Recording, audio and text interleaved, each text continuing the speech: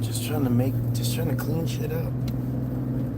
You know, don't want diseases and Germans everywhere. Those darn Germans. Oh, Lord, Lord, Lord. Recorded something last night. Recorded a cover song. It was pretty cool. We'll see if it ever gets done. Doesn't seem like Charles is making much music anymore, so it's irritating.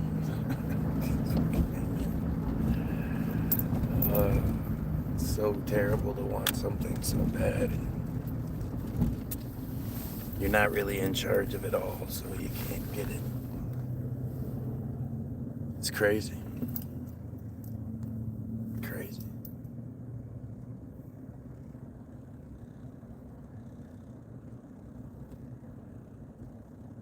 It's funny, man. You just...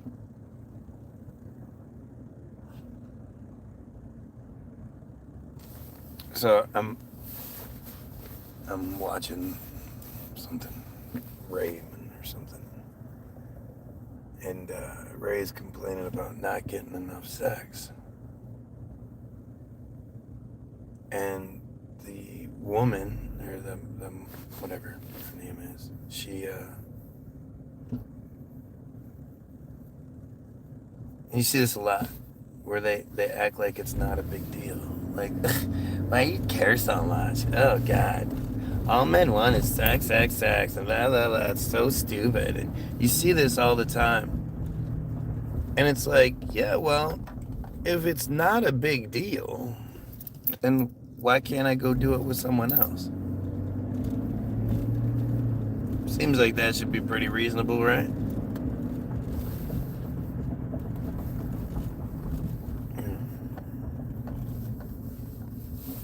If you're not gonna play video games with me, aren't I allowed to play video games with somebody else? You don't want to play football, that's for sure. You get hurt. So, it's just weird, man. We just, you know, I'm the whole Nick Fuentes thing is just, it's based, man. It's just so, like, predictable. Like, it's shocking in that it happened so, like, I don't know, so soon, I guess. I don't even know the word. I mean, it just fits. It's what you would expect. That's what I expect. Nick Fuentes.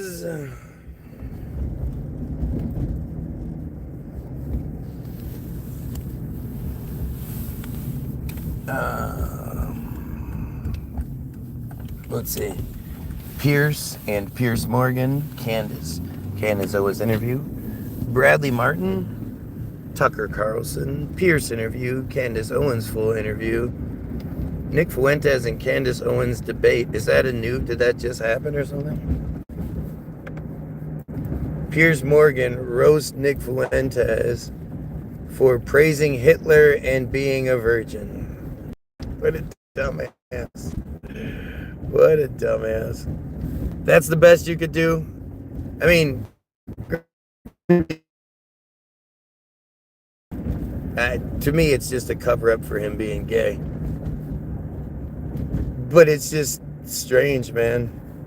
Nick Fuentes' fake bot scandal is crazy.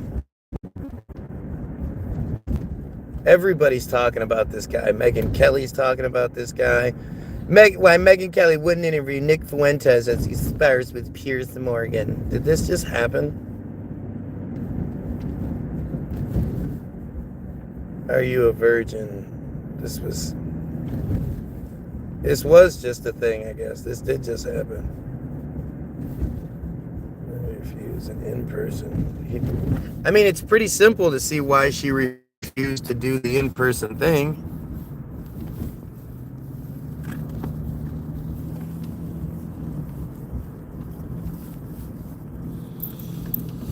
I'm still bucking like 5 deuce 4 tray. They're not even real septics, simply pretending. True. Absolutely true. They aren't even the real Semitic people.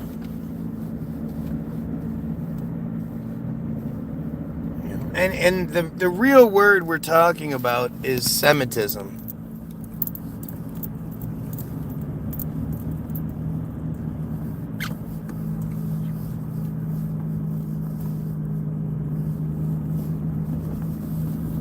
I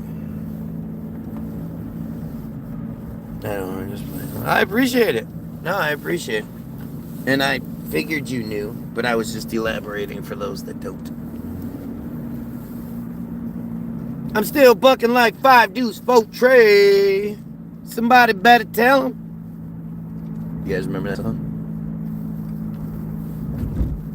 Still bucking like 5 deuce 4 tray. Somebody better tell him. Isn't it funny how nobody does rap song covers? Like, the only rap song cover I can think of is Snoop Dogg doing Slick Rick, but he changed it all up anyway, so. I'm still bucking like 5 deuce 4 tray. See, I do want to see. I mean, it couldn't be clearer, really, unless you want to say that's another of your jokes, but you're basically saying, yeah, I'm a racist, aren't you? Yeah, I'm fine with that. You're fine with saying you're a racist? Totally. I think everybody's racist. I mean, it couldn't be clearer, really, unless you... I mean, that's a stupid clip. God damn, what are you doing? I love how people, like, slow down. Oh, that's a goofy-ass Jewish guy. I love how people slow down when they go over bumps. Like, are you fucking stupid? But see, this is where it's like, it's like you want to think Nick Fuentes isn't controlled opposition. Why was he on Piers Morgan? Why is he on every other? Why is Megyn Kelly talking about him? Why is he getting so much press? You see what happens when they don't like somebody. You see what happens when they don't want you to succeed. You won't. I'm still bucking like 5 deuce 4 tray. Somebody better tell him. I'm gonna bounce on here as soon as I get home, because what's the fucking point? I have 1 viewer and 2 likes. Totally makes sense. I do need to figure out this Rumble situation, or whatever it is. I need to try doing something different. I need to get on whatever platform Nick's allowed to be on, because boy, he is super popular.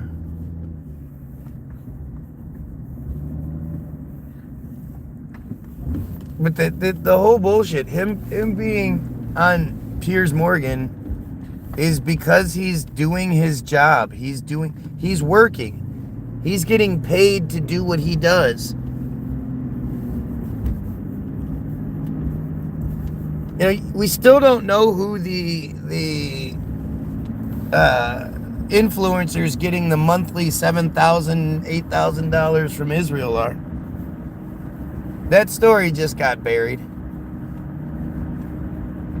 And if you think about all the stories that have been buried over the last few years, it's just nuts. It's just fucking nuts. Still bucking like 5 deuce 4 tray.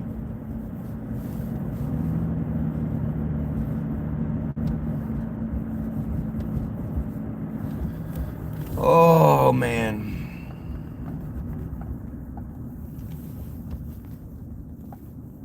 Just don't know. I'm it's strange to me that, like, I started focusing on these guys and something being wrong with these guys,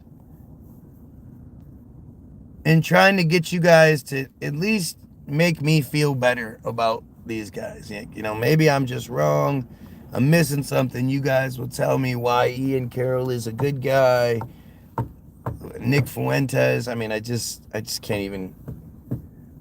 Nick Fuentes drives me crazy. Like, it pisses me off because people, you know, if you hear similar things coming out of my mouth, you then associate me with him. And when you hear this man tell the truth about everything Israel, almost, but then say some dumbass, you know, sexist, racist, homophobic shit, you just, it's like he's telling the truth, but it's self-policing truth. And so it's just a cover-up. God, I can't stand that fucking guy. He looks like he stinks. Nick Fuentes looks like he stinks. Like he's that kid that smells funny. You know, he's got that like almost poopy kind of smell. Dude, what the fuck? Why do you stink so bad? You know, kid that sucks at gym, but takes everything way too seriously. Gets all sweaty and, you know, gets his ass kicked all the time. Like, we all went to school with Nick Fuentes.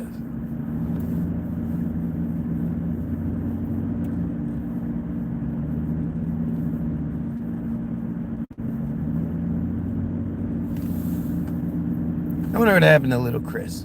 This dude I used to know. He was a white dude by all accounts, but he was Mexican. He spoke.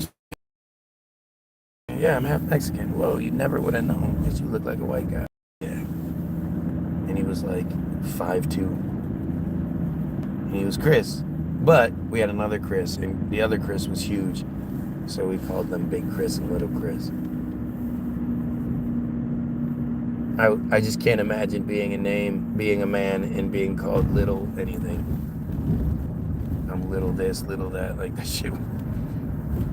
I put a stop to that when I was because my dad is Guy as well, so Guy Jr. So I was little Guy, and yeah, that wasn't gonna fly. He tells the truth about friars and then has no credibility with anything else. Well, that's the point, though. That's the point. Because he has no credibility with anything else, it kills whatever he's saying about the friars. And he knows it. That's his gig. That's his job. That's how that works. So that you have these who are saying the right things, but at the end of the day, they're idiots. And when the push comes to shove, they're gonna... Like, I can't believe he still has his audience after the whole, you know, Tyler Robinson shooting.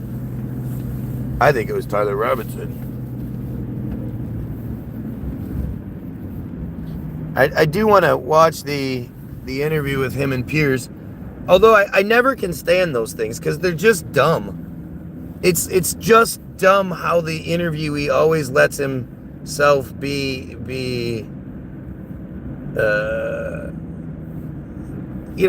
bullied and pigeonholed and shit. Here are the verified facts so far. Tyler James Robinson, 22, is in custody after allegedly firing from a rooftop, killing Charlie Kirk at Utah Valley University. Police say he acted alone. A bolt-action rifle was recovered at the scene, and crucially, Discord messages reportedly helped identify him. Messages where he talked about retrieving and later dumping the weapon.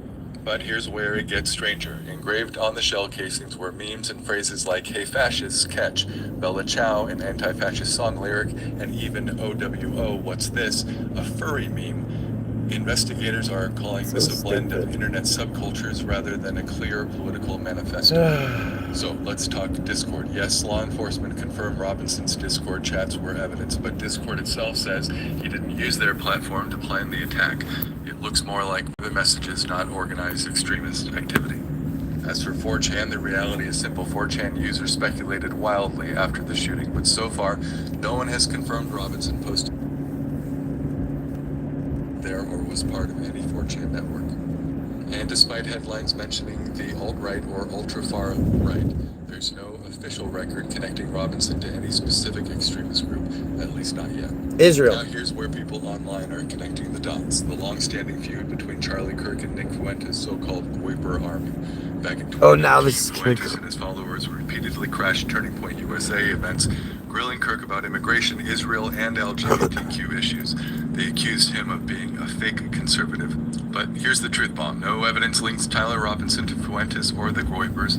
And since the assassination, Fuentes himself has reportedly told his followers not to engage in violence. So while the feud sets the stage, it doesn't make Robinson part of Fuentes' movement. That's speculation, not fact.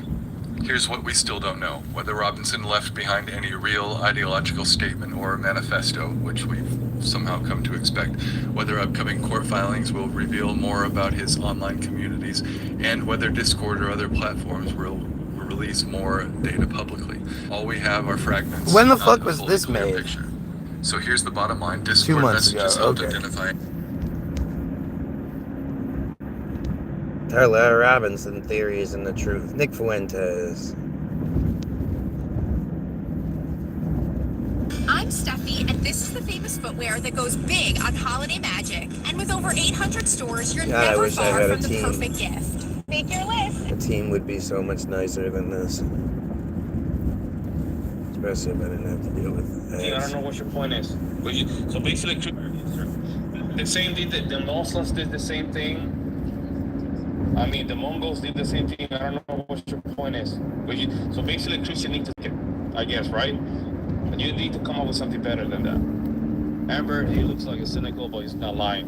That was my point. Yeah, he's not lying. Yeah, that's how clever narcissists like point is. A narcissist, I saw. a narcissist. Oh, Jesus. Nick Fuente of such. The Bible was created from The whole narcissist. You're a narcissist. Oh, I'm so sick of hearing shit like that. I hate. Like, there's just, it's so many clearly friar tactics being used on people, you know? The whole bullshit narcissist and all that. You're a narcissist. If you don't believe the narrative you're told, you're a narcissist. No. Nick Fuentes is like, that dude being a narcissist. Why? He literally has, his whole thing is because of the position he's been given. My favorite is Erica Kirk crying over Charlie's casket and holding his yellow wax hand. Yeah, that's what I was thinking when I saw that shit. That hand isn't real. Why would his hand be yellow and waxy? The funny thing is we just happen to be watching Arrested Development right now at my house. And we're right at the part where Buster lost his hand. Well, we're shortly after that now, but it's what it reminded me of, Buster. You know, Erica Kirk is as fake and lying and all that. It's all of, like, it's all bullshit. Where's like with October 7th, where is the real investigation? Even when it comes to Charlie Kirk, the investigation sure doesn't seem to be much. Definitely doesn't seem to be coming up with much. Doesn't seem to be showing very much. You know, they told us, considering they created the narrative, they crafted the narrative within hours of the shooting. And then for it to have completely stalled out since then, it's just strange. And like, where's Tyler Robinson? Fucking A, free that man. That man is sitting in a fucking prison cell being blamed for something that there's no proof he did it. And the proof that is provided stands up to no one's scrutiny. Not a person. There's not a person that has seen the text exchange between him and his J lover and thought, oh yeah, that makes sense. That's definitely how young people talk nowadays. Hello, lover. Hello, lover. I'm going to go to my vehicle. Hopefully they haven't swept there yet. Like, just You know, there's seriously, there's nothing that you've been shown. Even the footage of Charlie getting kirked doesn't look right. Not a fucking thing has been shown to you that makes sense, that fits the narrative, that fits what should have happened. You know, the fact that his people did so many weird things, getting the SD drives and you know, going over and making a selfie video. They killed him. They killed him. He's dead. They killed him. Grabbing the SD cards and all that. Like, it's all... I mean, I don't understand how anybody still falls for it. Unless you want, it all comes down to want. Seriously, that's all it ever does. It only comes down to what people want to believe. People will believe what they want to believe. You know? To me, why don't you prove me wrong? Why doesn't anybody prove wrong that Israel did it? I mean, Netanyahu has come out so many times to be like, why do they say we always kill people? We don't kill people. I didn't kill, whatever. We did it. I did it. Whatever. Whatever. Doesn't matter. It reminds me of the Beirut bomb. When Israel blew up Beirut with a fertilizer bomb. And then the government stepped down. The entire government of Lebanon stepped down because they said that the shadow government that controls everything was making everything too hard to deal with.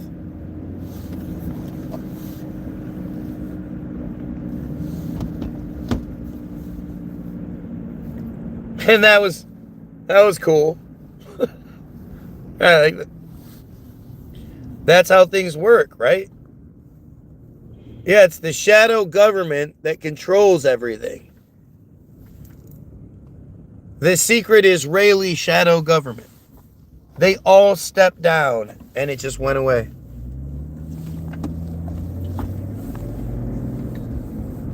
Shiny, shiny, shiny boots of leather.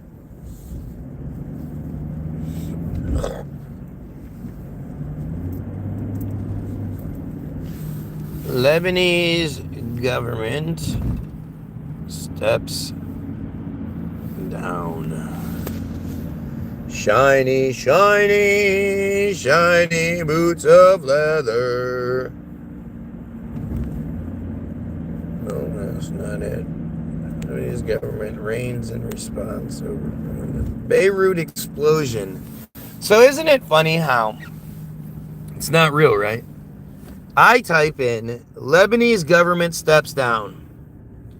Get the AI overview, which I skipped over. First story is from NPR, and it says Lebanese government reigns in response to protests over somebody's resignation. The second story available is Beirut explosion, the BBC. Beirut explosion. Lebanon's government resigns as public anger. I can't see. Shiny, shiny, shiny boots of leather. This was August of 2020. Wow. Sure seems like it was a lot longer ago than that. August of 2020, so we were full on fucking COVID. Wow. August 10th. That's the day Epstein did it, but just a year earlier, August 10th, 2019, I believe. Lebanon's government has resigned amid mounting anger over the explosion on Tuesday that devastated parts of Beirut and left more than 200 people dead. It had to be way more than that. How did that only kill 200 people? Do you guys remember that shit? Do you guys remember the Beirut explosion? Mushroom cloud. Oh, just before the explosion, it looked like there were fireworks going off. And then suddenly everything exploded. You guys knew that an entire warehouse full of ammonium nitrate was slowly burning and there wasn't a fucking evacuation order in the city? I thought you were talking about the bomber back in the 80s. No. Nope. And that's you know, that's crazy because that's how the brain works. That you've forgotten about this fucking monster explosion that killed at least 200 people. I mean, if you remember the footage, there's no way it was only 200 people. There's just no way. The announcement was made in a national TV address by Prime Minister Hassan Diab on Monday evening. Many people have accused the country's leaders of culpability through their alleged negligence and corruption. Protesters have taken to the streets and clashed with police for a third straight day. How? I always wonder how that works. An event happens and immediately there are protesters? Don't they have other things to do? How did they all know to get together? How did they all know to meet at this one place and protest? How did that even start? I think we need to start really, really thinking of our world and our reality as a much more different place than we think it is. I always wonder that about protests. Protests are one of those things where you're just like, what, how did you all know to get here? There was a protest. Just come back to this. So there was this back in 2020. It's probably 2020. No, it had to be 2021. It was 2021. There was a protest here in Michigan, and it wasn't about we're protesting the lack of options, the lack of resources, the lack of funding and help that we're getting. It's that we want to go back to work. We want to do our slave jobs. Like, it just shows you how fucking insane people were.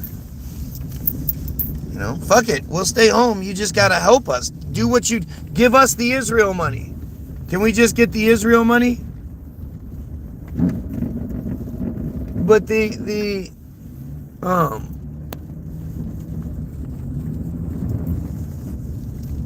there's so much ice on the ground. It's crazy. It's like a complete sheet of ice.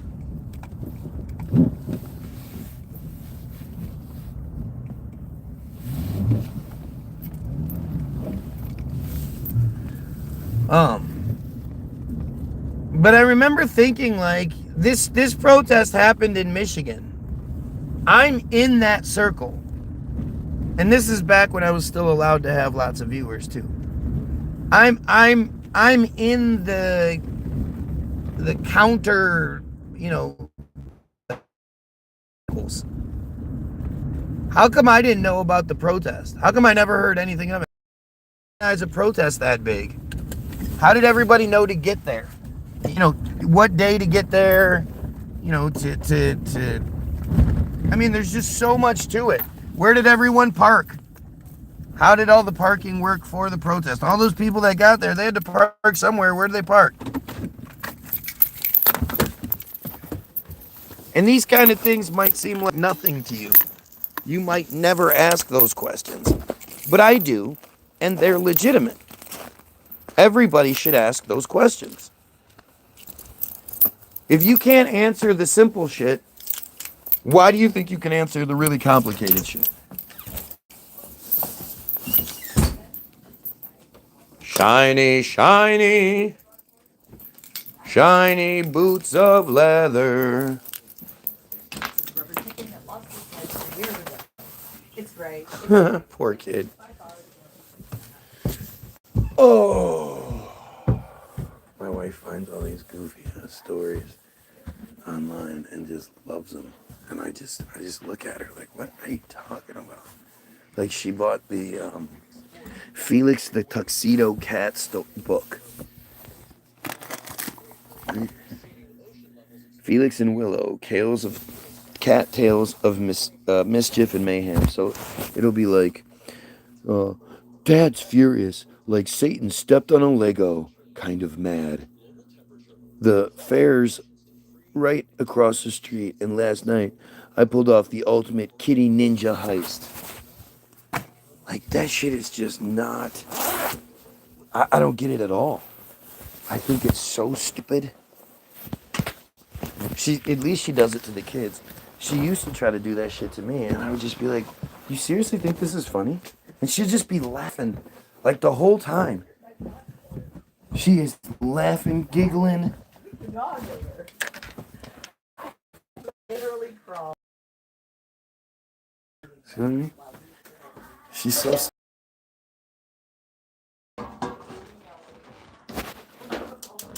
And yet, she doesn't like fucking Super Friends and shit. And Super Friends is the funniest fucking show out. Super Friends is hilarious.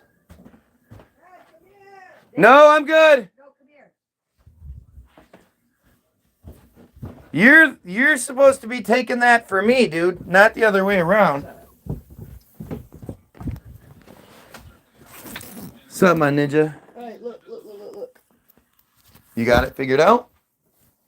I just gotta turn this on, but yeah. Cool. What do I need to see it for? I'm gonna show you. Cool. I'm proud of you. Now that deserves something, you know? What? To get to watch what you have? Yeah. You're welcome. The next time you ask me early, you're losing time. He was so proud of himself. Did you give him praise? Yeah. He's awesome. He figured it out. I think that's amazing. He was so excited. I went down and jumped up and down and hugged him and kissed him. Because you're an idiot. Awesome. You can't plug one cord into the back of the TV? It was one cord.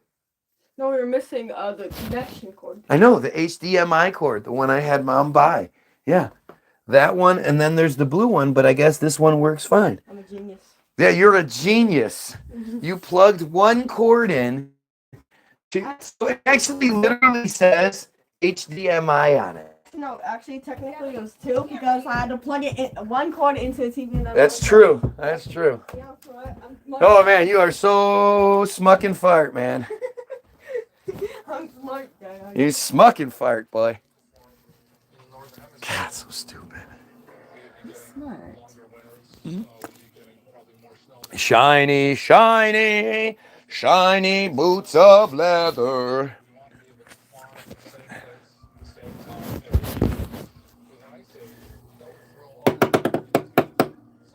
Did you put kitty litter in that and bring it back up, or did you put it in there? Well, Shiny, shiny, shiny boots of leather. I'm gonna go, because what's the point of being here if nobody's gonna talk? So, I guess I appreciate everybody being here. Who is here? Who's allowed to be here? And oh wait, I just heard some stuff about Charlie Kirk. His wife is a nutcase. a fucking nutcase. Yeah. And now they're trying to say that Charlie Kirk made a Oh, I did want to statement read this. that he was separating himself from Israel. Yeah, that's what they're removing his saying. Yeah. Support from Israel, and so that he was killed because of it, and his wife was in on it. The thing that nobody is talking about is, I've said it so many times, it's almost like a dumb, bad joke at this point. But Charlie's donor list looked like a bar mitzvah sign-up sheet, a bar mitzvah registry. But hold on, let's see if I can find it. This is, see, it's your level of like, it's your level of respect that you have for the system, right? So for me personally, I have actually a lot of respect for the system that we're against. They are, they cover a lot of bases. And so you have to ask until you're willing to think along the lines that you would have never heard about Charlie Kirk if they didn't want you to know who he was. Right? Like it's the same thing with Nick Fuentes. However you want to write it down or present it, Nick Fuentes went to dinner at the White House with Kanye West and had a dinner with Trump. You don't just stumble your groper ass into that shit. It's not how that shit works. Yo. I'm sorry. Figure it out, genius. Where's your remote? Right here. Left task forward button. Okay, where's the DVD remote? Is that the other remote? That's the little remote, yup. Well, it probably needs a battery. Okay, I think it's on this page. Hold on. Like this is not like this is not rocket surgery. This is not super calculus. They gave us Charlie Kirk to kill him when the time was right. And of course, like the thing that you have to know, my wife is trying to find a bunch of information that I'm just going to call bullshit on. You know how you know? Show me the video of Netanyahu, Bezalel Smotrich, Itmar Ben-Gvir, or any Israeli whatever shit talking Charlie Kirk. Show me one video. Did you hear about the 1,070 ministers learning to be ambassadors for Israel? Yeah, I heard a brief little bit about that. That they're rethinking their views on the Bible. They're going back and rediscovering that the Bible is actually all about Israel. Let them. This is what I've been telling you guys the whole time, right? You do remember me telling you this whole fucking time that Christianity is their tool. Any Christian that wants to step up, I'd love to hear from you. Because I have just one question for you. Speaking of which, where are all the trolls today? We're at 6 and 4, 6 views, 4 likes. But where are you Christians? One question for all of you Christians. I actually have lots of questions, but one question in particular that sort of popped up lately that I'm starting to think about a lot more. And that one question, Charlie Kirk, that one question, Nick Fuentes, how come your God, your Jesus, hasn't appeared to Netanyahu yet? Bezalel Smotrich, Itmar Ben-Gvir. How come Jesus hasn't appeared to any of these worldly figures and told them to stop this genocide? This is insane. You're getting it all wrong. You're misinterpreting shit. Have you seen yourselves? There's no way you're our chosen people.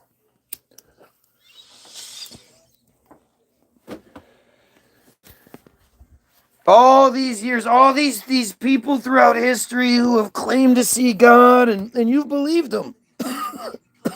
You wouldn't believe how many of the things you believe come from some random bloke saying that they saw something or they remember a month ago, whatever, there was the doomsday, the apocalypse, TikTok apocalypse. Remember that?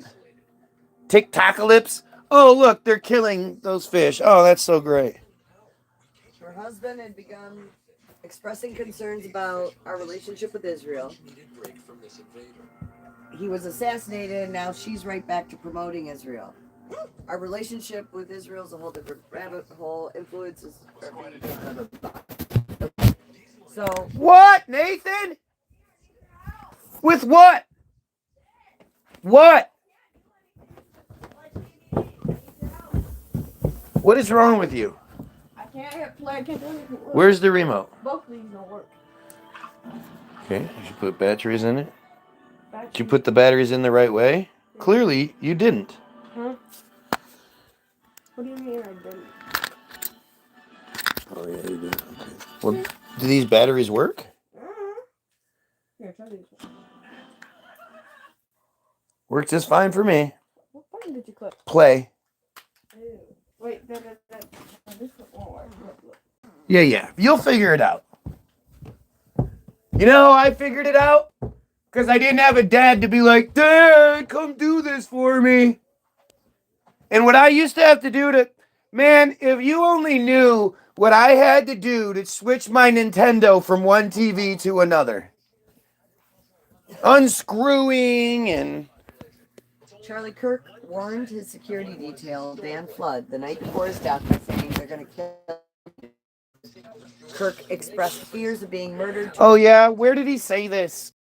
And several Turning Point USA staff members in the house leading up to the assassination. Really? Is there any proof of this anywhere? No. Multiple individuals aware of Kirk's concerns, including Trump USA members, have remained silent, which Owens attributes to potential fear, loyalty, or financial incentives.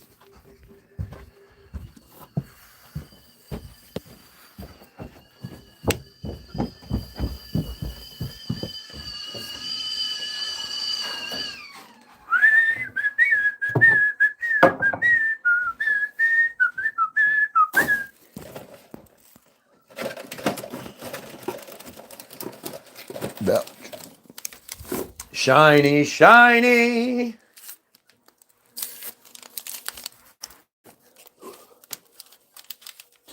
You know, it's easy to say shit and do shit like this after the fact. You know, oh yeah, no, Charlie was doing this, Charlie was doing that. And the thing is, again, it's like most of you want to argue over the presented narrative. I want to argue about the stuff that's seemingly being overlooked and forgotten. You know, and like I say, your level in this is it's just different than mine. I believe that they have the ability to foster and create a Charlie Kirk and then kill him, and that they would have that kind of long-term plan and all that. I believe that.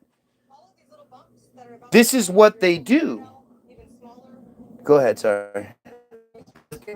Jewish donors and rabbis 48 hours prior that he planned to abandon support for Israel due to their behavior and intended to reinstate Owens on the Trump USA tour. Where is the proof? A failed deal with Benjamin Netanyahu cost Trump USA millions, potentially creating motives among leadership. Foreign agents, possibly including Israeli or French involvement, played a role in the assassination beyond the scope of Trump USA or the accused shooter, Tyler Robinson. An Egyptian plane was involved in the plot, suggesting Egyptian planes and deep state sabotage. Deep state. Ooh, the deep state! During Kirk's recent Asia trip. Trump USA leaders betrayed Kirk, including financial irregularities and a cover-up of details surrounding his death. Security provider Brian Harpole was complicit, with a witness placing him at a military meeting days before the assassination. The U.S. military participated in the killing based on an anonymous email from a military insider that could blow the case open. Of course. The official narrative is incomplete. No footage shows the exact moment of the shot. Exactly. Only a post-shooting clip of someone fleeing. Tyler Robinson's fingerprints and role are questionable. Associates like Lance Twiggs... I mean, when they say they have fingerprints or DNA on somebody, how the fuck do you know? They found DNA on the bullets and on the gun. Really? How? What? You saw a little splotch of DNA and you were like, let me look. Oh, yeah, that's Tyler's. Associates like Lance Twiggs had deeper involvement, with patsies assigned minor tasks to complicate the plot. A TMZ video from hours before the shooting depicts a person whose build does not match Robinson, indicating multiple actors in the setup. Yeah. The more diluted, the more, the more options you have, the longer it's going to take to get through those options. And they're giving you all this shit, but it's like, again, it's, I don't even know what the purpose is. Is that who did that? Whose article was that? It was just a researcher friend. Right, exactly. Yeah, that's nobody. I mean, it's like, again, it just comes down to, if you want the answers to this, we have to stop the genocide taking place. Because it's the same people, the same group, the same cult that is committing genocide right now that killed Charlie. If he's even dead. Because there is that whole thing. I knew you would.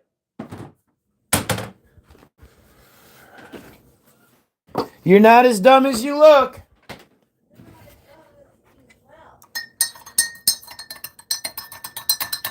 Okay.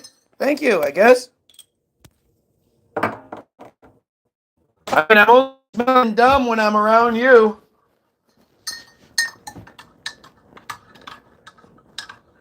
Dumbsky Dummington, who's also dumb.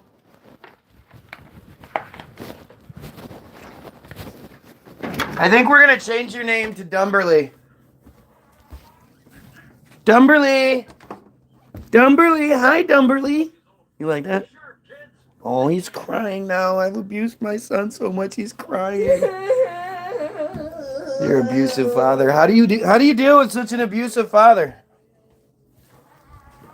You just close your eyes, knowing that you'll wake up and it'll be another day.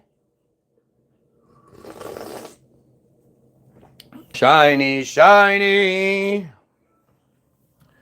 shiny boots of pleather.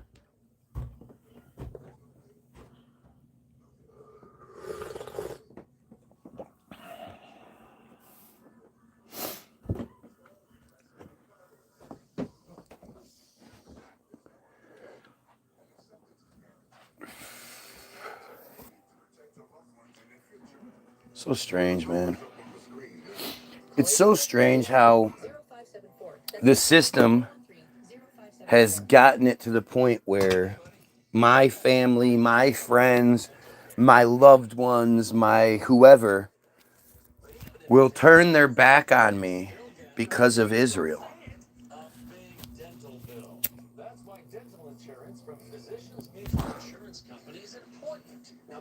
These same people that will bash Muslims left and right will talk about how everybody else is stupid, all the other countries are shit, America first, yada, yada, yada. As soon as you start saying things that they've been programmed not to, they always respond the same way. I mean, if my feed hasn't shown you that Christians and Muslims are basically identical, you're just not paying attention.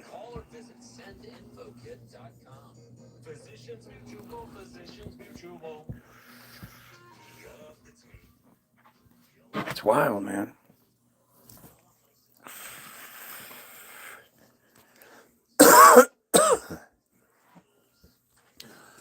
Shiny, shiny, shiny boots of leather. It's easier than you think. Because with Gerber Life, as long as you're 50 plus, you qualify for coverage. No questionnaires. Anyway, let me finish reading this so I can get the fuck out of here. Because this is fucking weird. You ever see anything like this? You ever see anything like this? It's tough to talk about the hard stuff, says the elephant in the room. Many people, protesters have taken to the street and clashed with police for a third straight day. The massive blast was caused by the detonation of 2,750 tons of ammonium nitrate stored unsafely at the port for years. Israel brought that in. That's the crazy part, is you look into it deeper and deeper and deeper and you see it. President Michel Aoun has asked the government to stay on in a caretaker capacity until a new cabinet is formed. Mr. Diab, who was appointed prime minister in January after months of deadlock, said his government had gone to great lengths to lay out a roadmap to save the country. But corruption in Lebanon was, quote, bigger than the state itself, and, quote, a very thick and thorny wall separates us from change. A wall fortified by a class that is resorting to all dirty methods in order to resist and preserve its gains. Why is Lebanon in crisis? They knew that we pose a threat to them, and that the success of this government means a real change in this long-ruling class whose corruption has asphyxiated the country. Who is this boogeyman that he's talking about? Fire's got that triangulation between Christians and Islam down. Exactly. Belch. Exactly.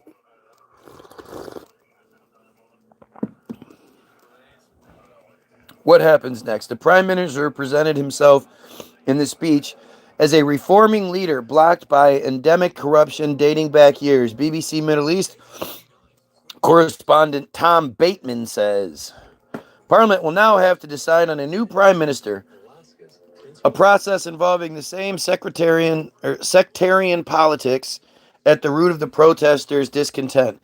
Our correspondent adds, it is unlikely to be a smooth or quick process due to the country's complex political system. Power in Lebanon is shared between leaders representing the country's different religious groups. No, he's watching the movie. Additionally, following the end of the 1975 through 1990 Civil War, a number of warlords entered politics and still control large parts of the country's political, economic, and social sectors. How much of that do you think is true, and how much of that is just more friar lies? Many protesters blame this entrenchment system for the country's corruption. On Monday, police clashed with angry protesters as protests continued in the capital following the government's resignation. Footage showed protesters gathering near barriers leading to the parliament building as security forces fired tear gas at them. How has Beirut been affected by the blast? The death toll from last week's explosion has risen from 220, with 110 people still missing, Beirut government said. Oh, has risen to 220, sorry. You know what's funny? When it comes to the Trade Center, if you want to know how many friars were killed, listen to this. Listen to this. You tell me there's no conspiracy. You know how many friars were killed in the trade centers? Between 270 and 400. So what's your first response? That's pretty unbelievable. Those are financial offices that were in those towers, and financial offices are filled with that demographic. Whoa. It happens to be like the capital of the United States as far as that demographic goes. Well, that, and so I find that very hard to believe that such a small percentage. Do you remember when it initially happened and they were saying they thought between 8 and 10, 12, 15,000 people might be dead from it? Remember? Yeah. Yeah, well, that's what should have been. But for some strange reason, They didn't. They were late. Like Larry Silverstein had a dermatologist appointment that day. You know, it just happened to where he went to lunch every single day and went to breakfast every single day at the exact same time at the exact same place in the fucking penthouse of the tower. He would have been killed. And that day, he finally listened to his wife, who told him, "You have a dermatologist appointment." So wait, 270 to 400. First of all, those are some nice round numbers, don't you think? Secondly, how do they not know? How do they 270 to 400? That's a huge disparity. Well, maybe they're taking into account the women that didn't marry in that demographic, that were themselves but no longer carried that name. No, they're saying they don't know. How do you not know about 170 different I'm people? saying there might be those that they weren't sure of because they no longer had like the surname. Every single person that was killed had a family. Every single person that was killed, especially if we have officially identified every person that was killed. You know, they say, 3,200 something or other total, including the Pentagon, 2,900, something like that. Whatever. They give you an exact number of people that died. So if you know the exact number of people that died, then you know exactly who everybody was that died. And there shouldn't be 130 potential that might be Fryer but aren't, that might not be. That just doesn't make any sense.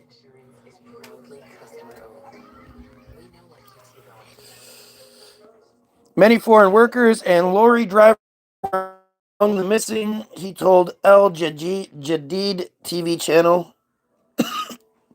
The huge blast damaged buildings in a radius of several kilometers, leaving more than 200,000 people homeless or living in homes with no windows or doors.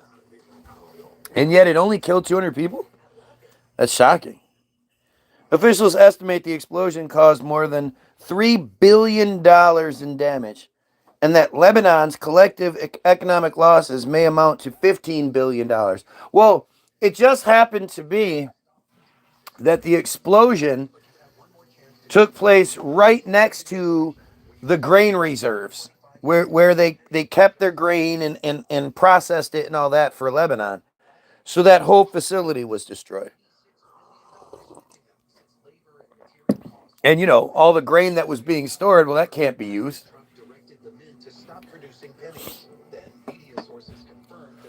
The country was already suffering a major economic downturn before the explosion, with families pushed to poverty and hunger. Remember when Beirut was like big banging fucking bustling?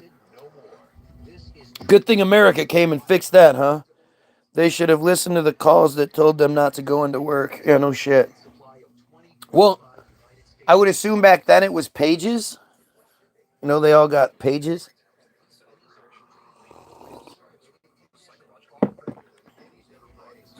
And I think we need to do a lot more to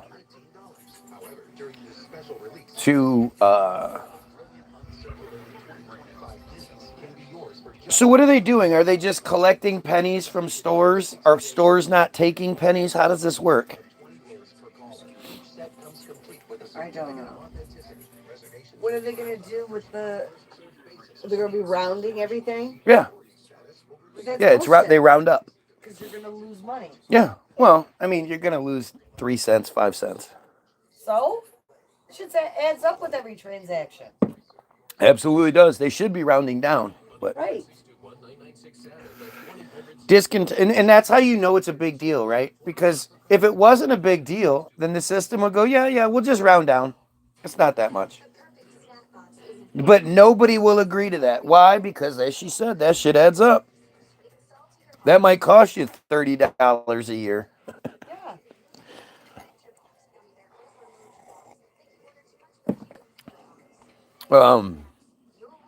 Discontent in Lebanon has been brewing for years. Do you guys not remember the Lebanon that used to exist, the Beirut that used to exist? Oh yeah, but as much as this is interesting to me, I really think the the the secure community network needs to be looked into. Have you guys seen all of the reports of like, because the internet is a, see, this is a great example of why I have a hard time believing they'll ever go to a totally cashless society. Because whenever there's a new thing, like any of these new shootings or you know the National Guardsman that got killed or whatever it was, the paper trail is showing something different. And you're finding that the internet is keeping record that every single person that seems to be involved in something happens to have randomly been searched either in Washington or in Israel.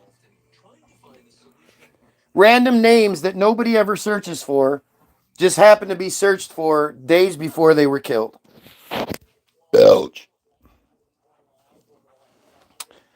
I've been growing for years. In 2019, a plan to tax WhatsApp calls spilled over into mass protests against economic turmoil and corruption, which eventually led to the government's resignation. Coronavirus had curbed the protests, but the financial situation has continued to worsen, and last Tuesday's explosion was seen by many as a deadly result of years of corruption and mismanagement. The government's plans to investigate were not enough for many who have lost faith in the political elite.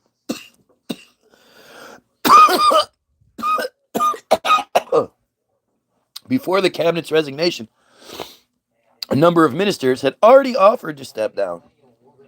But the end of this government does not necessarily mean an end to the anger.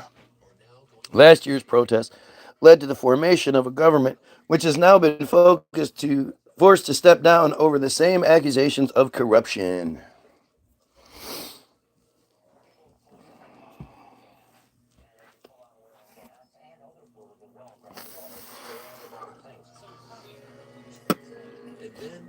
I wonder how much of this article is the exact same. This is the New York Times. Oh, am I not allowed to read it? I'm not allowed to read it. I gotta sign in to read it. I'm not going to.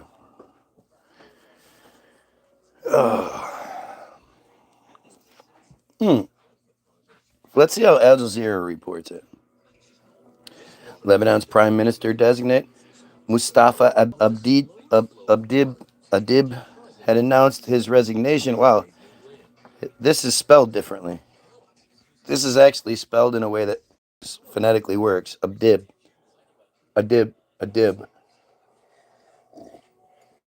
They were saying it was something else. His resignation after his efforts to line up a nonpartisan cabinet ran into trouble, particularly over who would run the finance ministry. In a televised address on Saturday, Adib said he was stepping down from, quote, the task of forming the government following a meeting with President Michael Aoun. Adib, the former ambassador to Berlin, was picked on August 31st to form a cabinet after the last government led by Hassin. Oh, this is a different story?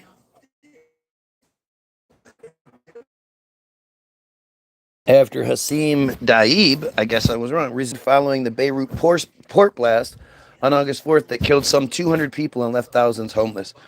But the formation of a new government was hit by a logjam over the demand of two dominant Shia parties, Iran-backed Hezbollah and its ally, the Amal movement, to name Shia ministers in the cabinet. Shia leaders feared being sidelined as Adib, a Sunni Muslim, sought to shake up appointments to ministries, some of which have been controlled by the same faction for years, politicians said. This all just sounds like such bullshit to me. And I just don't even know why I would, I mean, it's so crazy. The Sunnis versus the whatever they're called. I just forgot.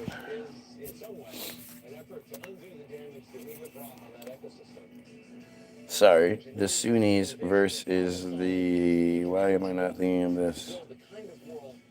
Shia. Sorry, the Shia.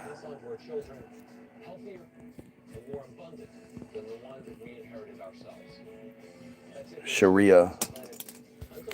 Isn't it Sharia law too?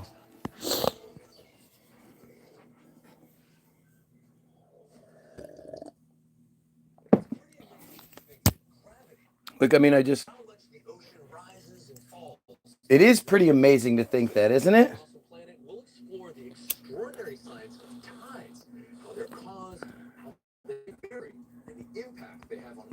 Can't wait to hear this explanation of how the moon makes the tides work. I don't.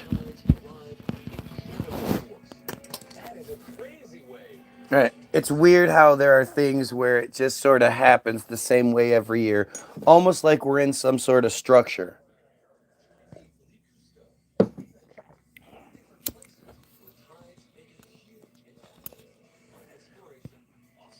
Oh, they're going to go surfing. How many of these tide things involve surfing? See,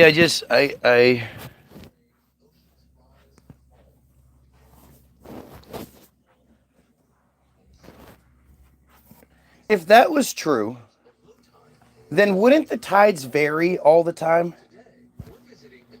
If it had to do with the moon and the earth and the sun gravity, well, very rarely are those three things aligned in the same positions. I mean, just think about what they told you that the last solar eclipse was. Remember how, like, every other solar eclipse goes across the country, and the last one went north to south for some reason? Yeah, it was a rare. Yes. Right. So the idea of the moon, the sun, and the Earth's gravity making the tides work like clockwork isn't that doesn't make any sense.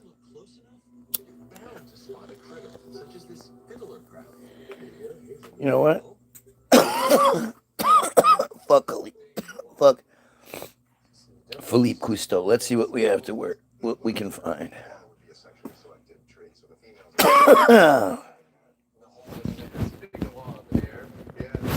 Let's see. Wikipedia says tides are the rise and fall of sea levels caused by the combined effects of the gravitational forces exerted by the moon and to a much lesser extent the sun, and also caused by the earth and the moon orbiting one another. I mean, here's a great example of it. Here's the picture of it. This doesn't happen every day. So how would you go from high tide to low tide? The snail population has grown out of control. You mean if we take all of the crabs out, then something else is going to grow? Or something? What? It's not a balanced system? Imagine what the world looked like before, 1900. Where you have all of these monumental structures everywhere, but we seem to live in harmony, where there were just animals and trees and everything just in abundance. Imagine what the oceans look like, full of whales. I'd like to know how the eclipse goes west to east.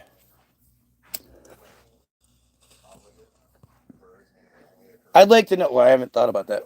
Why west to east?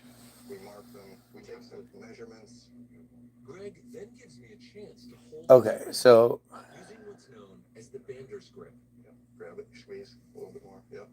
how does the eclipse go west to east?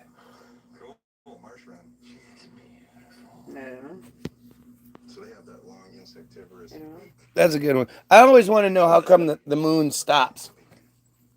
First, well, how come we can't see the moon until it's in front of the sun, and then it stops? There's that minute or so where it stops, and you get that, like, the diamond ring. You know? But that's a really good question.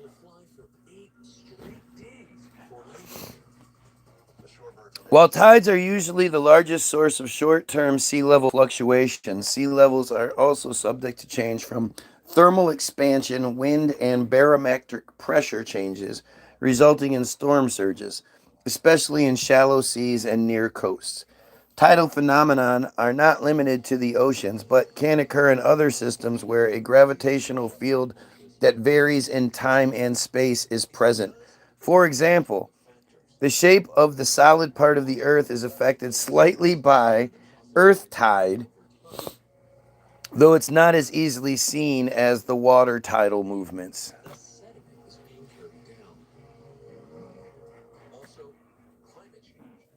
Characteristics. Ocean tides are cyclic, rising and falling approximately twice a day. 4 stages in the tidal cycle are named.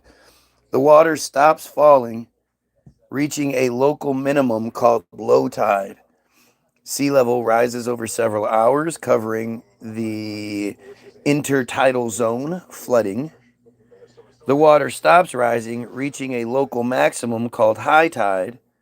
Sea levels fall over several hours, revealing the intertidal zone, ebbing. Oscillating currents produced by tides are known as tidal streams or tidal currents. The moment that the tidal current ceases is called slack water or slack tide. The tide then reverses direction and is said to be turning. Slack water usually occurs near high water and low water, but there are locations where the moments of slack tide differ significantly from those of high and low water. It usually happens when this is happening, but it can also happen at every other situation too.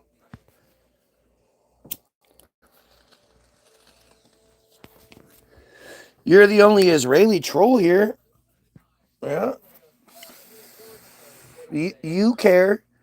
You literally came here and were surprised that you were the only one here. So obviously, people care. And then you claiming to be the dumbass Christian that you claim to be can do nothing but show how hypocritical and contradictory Christians are. They're just stupid people. Well, let's keep going. Tides are commonly semi-diurnal,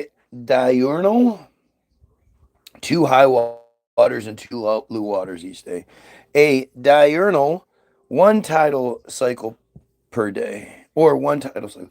The two high waters on a given day, are typically not the same height. The daily inequity. There are the higher high water and the lower high water in tide tables. Similarly, the 2 low waters each day are the higher low water and the lower low water. The daily inequity is not consistent and is generally small when the moon is over the equator.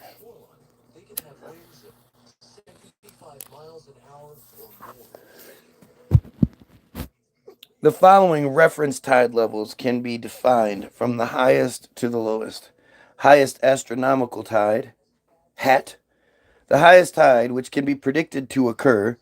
Note that meteorological conditions may add extra height to the hat.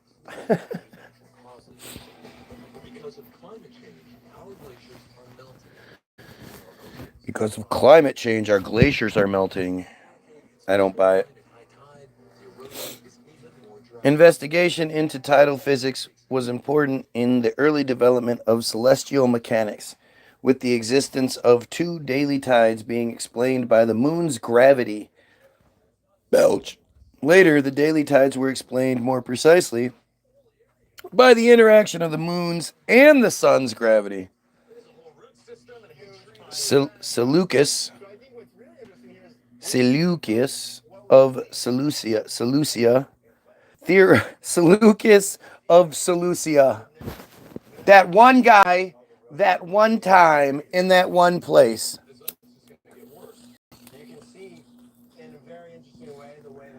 I love that shit. The one names. Oh yeah, that's Bill. Jesus. Ooh. Is he still there? He flew away, Dave. I'm gonna kill it.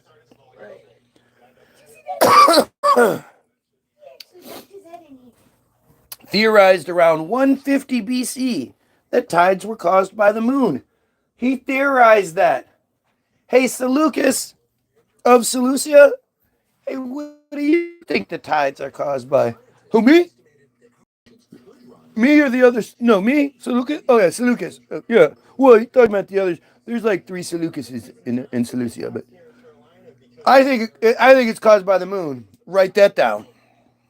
2025, some guy will be reading about it on Wikipedia, and he'll need to know about Seleucus of Seleucia, who theorized this back in 150 AD, BC. Yeah, we're not gonna find anything more about it. No.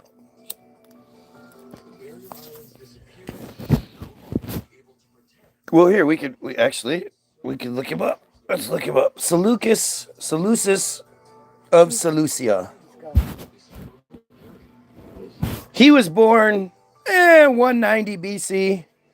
He died in 150 BC. He lived to that ripe age of 40. He was a Hellenistic astronomer and philosopher. Coming from Seleucia on the Tigris, Mesopotamia, the capital of the Seleucid Empire. I mean, do you not understand how goofy this is? You know the Seleucids. You know that's why there's Hanukkah, right?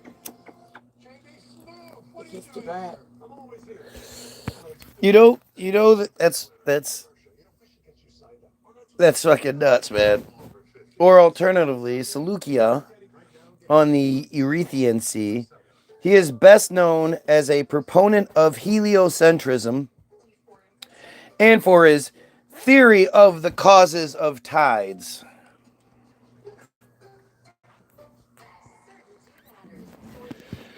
Oh, we don't get any. Okay. The heliocentric theory. Seleucus is known to have supported the Hellenistic theory of Aristarchus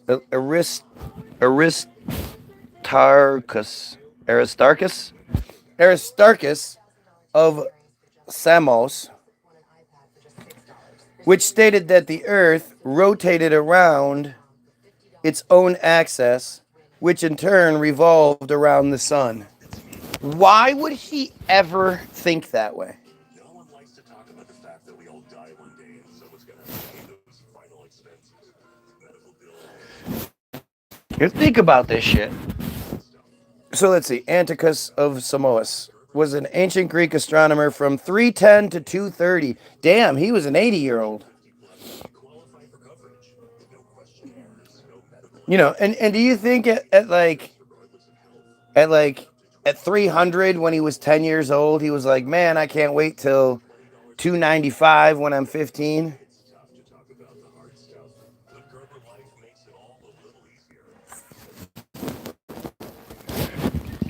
So he was. Look at this fucking dumbass Christian. He's like, I got a little break from the garbage job. And I got nothing wrong with people doing the garbage job. It's a good job, but he's taking his garbage man break. And on his break, he doesn't call his loved ones. He doesn't, there's nobody that loves him that he wants to talk to. He's like, I'm going to go on Guy's feed and prove how stupid Christians are. That's what I'm going to do. And that's what he always does. And I just love it. I love it. Because obviously no one cares.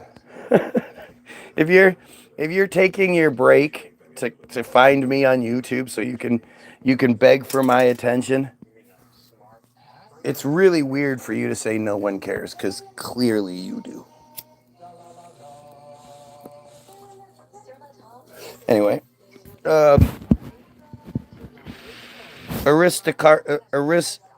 Aristarchus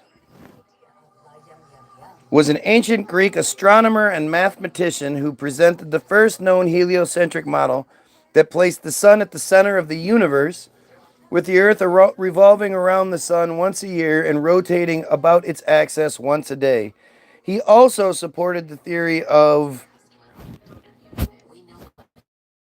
Anazaragos, Anaxagoras,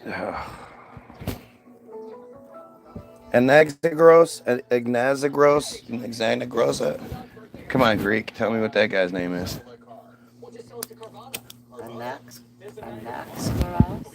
It had to be a Z. It's a Z. Anaxagoras.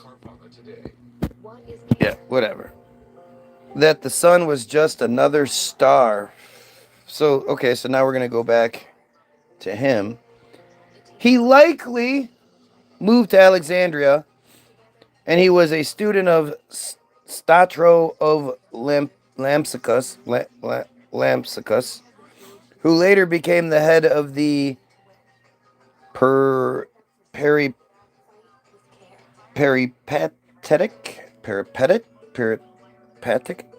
school in Greece. According to Ptolemy,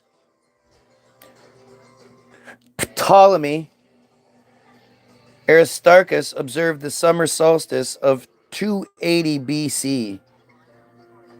Vitruvius writes that Aristarchus built two different sundials, one on a flat disk and one hemispherical. Aristarchus estimated the size of the sun and the moon compared to the earth, and the distance from the earth to the sun and to the moon. He estimated that the sun was 7 times larger than the earth. Actually, it's 109 times larger. Brought about the further insight that the sun's greater size made it the most natural central point of the universe as opposed to the earth. I mean, it's so stupid. Aristarchus was influenced by the concept presented by Philosius of Croton, 470 to 385. So, what I always wonder in these kinds of situations is, where were they getting their information from? What is BC's internet looking like? Like, to think that because how did these people eat? How did these people, live in their life? Where did they eat? If he's this mathematician and philosopher, well, what's he doing for his paycheck to be able to, is he hunting when he's not, solving the problems of the universe every day? He's out there also trying to catch enough fish for him and his family to eat. I mean, they are in Greece. You'll never get any sort of answers to these kinds of questions, because these answers or these questions don't fit the narrative. You're not supposed to ask these questions. Where, he was working at the giant marble palace with the big, columns on it and the dome that allowed them to, do their astronomical research and all this other. What are we talking about? What world are we talking about? Most importantly, again, where do these people eat? How did they eat? My grandmother, when I asked her if her father ever went to a World's Fair, she almost got mad at me. She was like, "No!" Exclamation point! Exclamation point! Exclamation point! It was all they had to do to just find something to eat each day. They had no ability to just drop what they were doing and go to the World's Fair. And you have to really think about that. Because when you look up, like, the history of restaurants, well, those are a more modern thing than you think they are.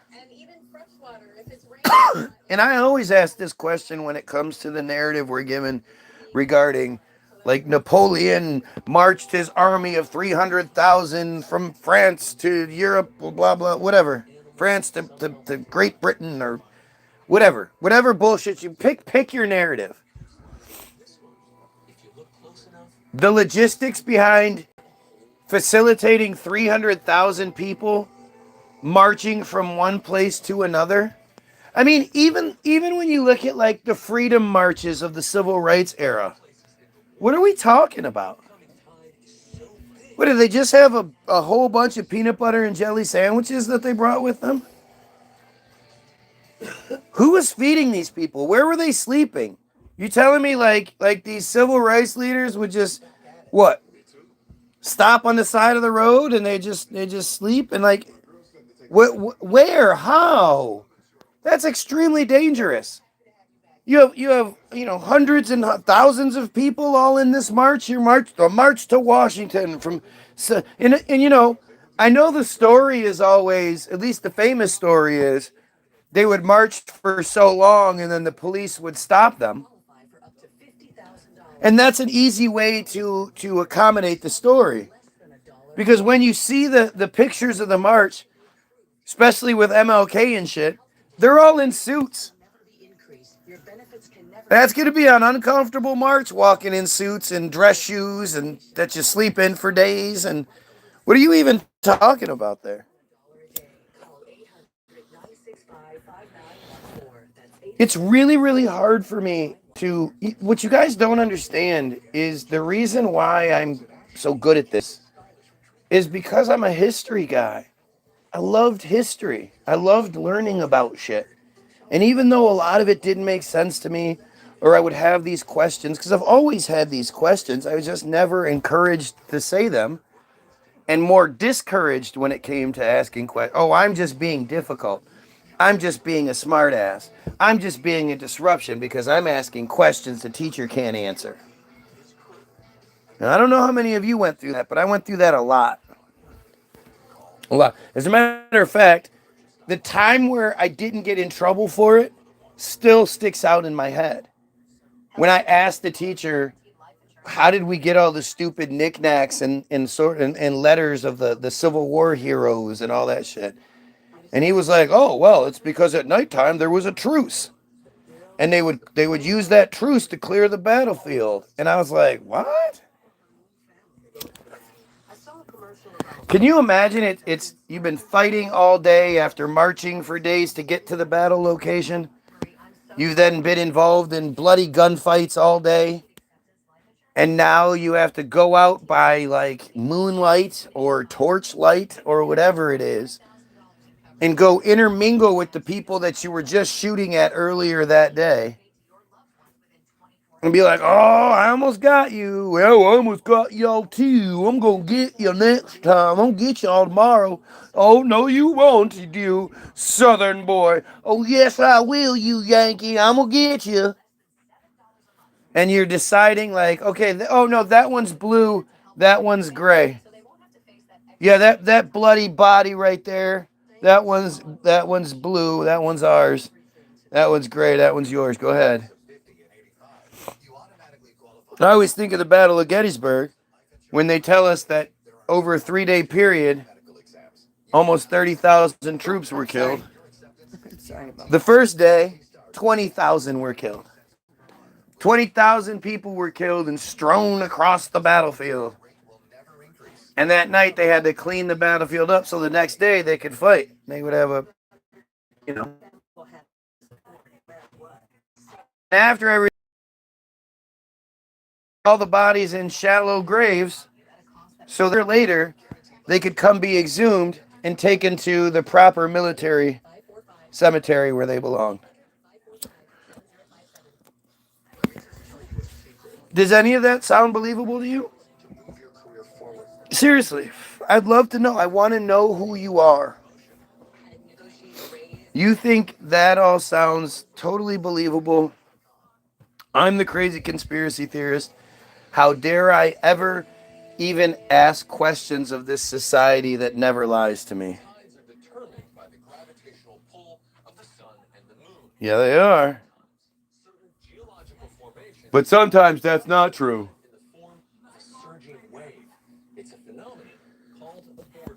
Abortide. Oh yeah, okay, yeah. I mean, just this whole bullshit here. Again, so Philolosus Philolus of Croton, circa 470 to 385 BC. Again, this guy is living a long fucking time. You know, this guy's 85 years old when he dies in BC times. I thought they lived to be like 40 at the most. But this one guy, Philolus of Croton, he wrote some shit down that I know about today. Do you not get how ridiculous that is? Do you not? It's just ridiculous. He was influenced by that dude's, by the concept presented by Philalos of Croton of a fire at the center of the universe, i.e., by contemporary understanding, at the center of the earth. Aristarchus recast this central fire as the sun, and he arranged the other planets in their correct order of distance around the sun. How? Come on. If I'm supposed to believe that these are big fucking rocks flying around, how did this? The telescope wasn't even invented yet. How did he even know about Saturn and shit? He's just sitting out there. You see that? You see that? Hey, you see that? What? That right there. That? No, that. That? No, that. That? What? Do you know how hard that would be? Do you know how impossible it would be to be identifying that shit and then keeping track of it and just all of it? You couldn't even like paint it. You couldn't even draw it out. Why? Because they move. Within an hour, it's going to be different than it was an hour earlier. So how the fuck would they even begin to map that shit? How would they even begin to, you know, and when they are mapping it, they're mapping it for exactly 8:13. Yeah? Turtles what? Eye is yucky. I'm coming.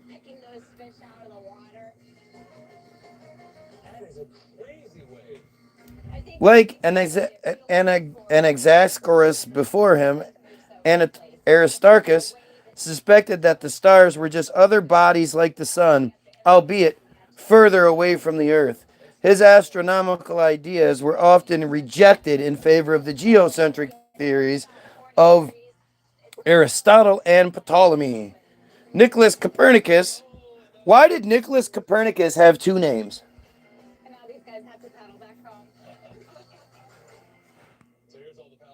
Ow.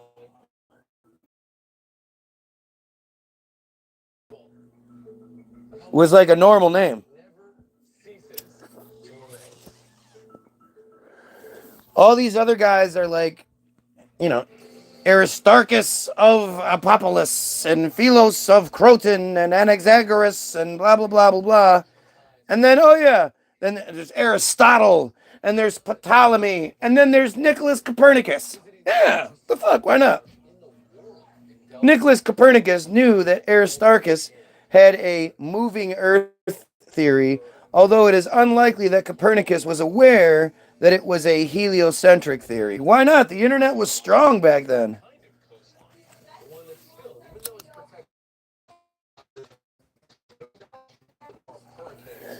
I mean, this is a fucking joke, you guys.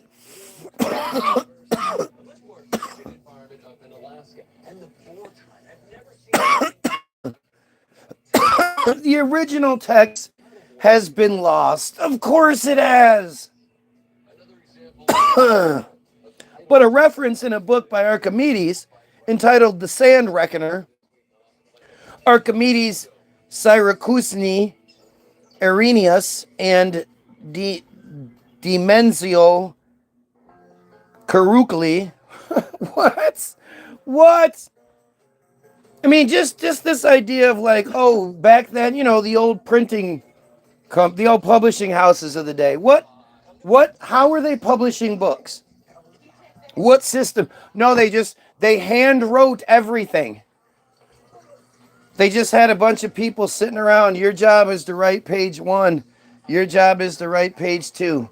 Make it look the exact same. Draw all the little unnecessary doodles everywhere. Use the gold bindings. Do all that shit, you know, just for the fucking hell, because it's easy. Because in 2005, that won't be economical and it'll be way too difficult. 2025. But here in the 1 BCs, man, that shit's easy. Describes a work in which Aristarchus advanced the heliocentric model as an alternative hypothesis to geocentrism. So understand this. This entire character, the work that we're quoting him for, the original text was lost, but a reference in a book by Archimedes is what we have. Oh, what? Come on, you guys. Do you think this is believable? This is the history that you're supposed to believe. Isn't it strange how many of us there are out there? How many my lunch breaks there are? How many, Lucius Aurelius there are? How many mind unveileds there are? And they're all basically sort of saying similar things, except for they all believe in Jesus for some reason. I don't know how the fuck you can be somebody that reads this historical narrative, figures out it's all bullshit, but goes, yeah, but the Bible part, that one Jewish narrative that's been literally used to control us, that one's true. That part's true. All the rest, oh man, it's such bullshit. Why would you ever believe it? It's total bullshit. Yeah, but that part,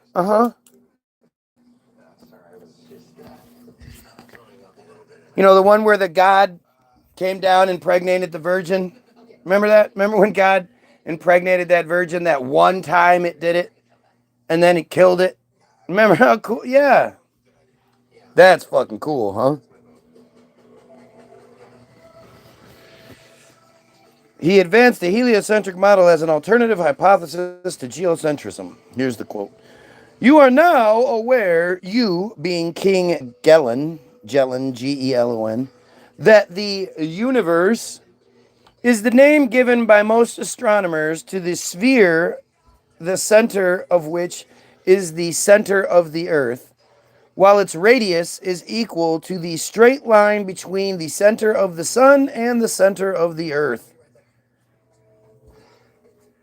This is the common account, as you have heard from astronomers, but Aristarchus has brought about a book consisting of certain hypotheses wherein it appears as a consequence of the assumptions made.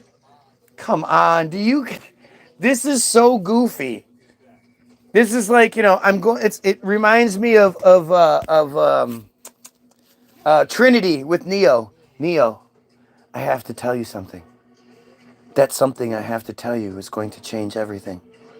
The thing I have to tell you, Neo, will make you look at things differently. This thing that I'm going to tell you will change the way you hear things and see things from now on. This thing... Ninja Turtles wrote that, didn't they? The fucking Krang. It's always the Krang. It's always the fucking Krang. It's the dumbest goddamn shit ever. Yeah, you're just frigid, baby. I wouldn't say cold. I'm looking at palm trees. I don't want to look at snow anymore. Oh, yeah, you do. But Aristarchus has brought a book where it appears that his hypotheses are that the fixed stars and the sun remain unmoved, that the earth revolves about the sun on a circumference of a circle. Wait. The stars move. The stars, are we saying the stars didn't move at night back then? Maybe that's what it was. Maybe the stars didn't move back then. That's how they were able to map them before they could take pictures. Deep in the heart of Texas. Seriously, just think about that. You're trying to map the sky.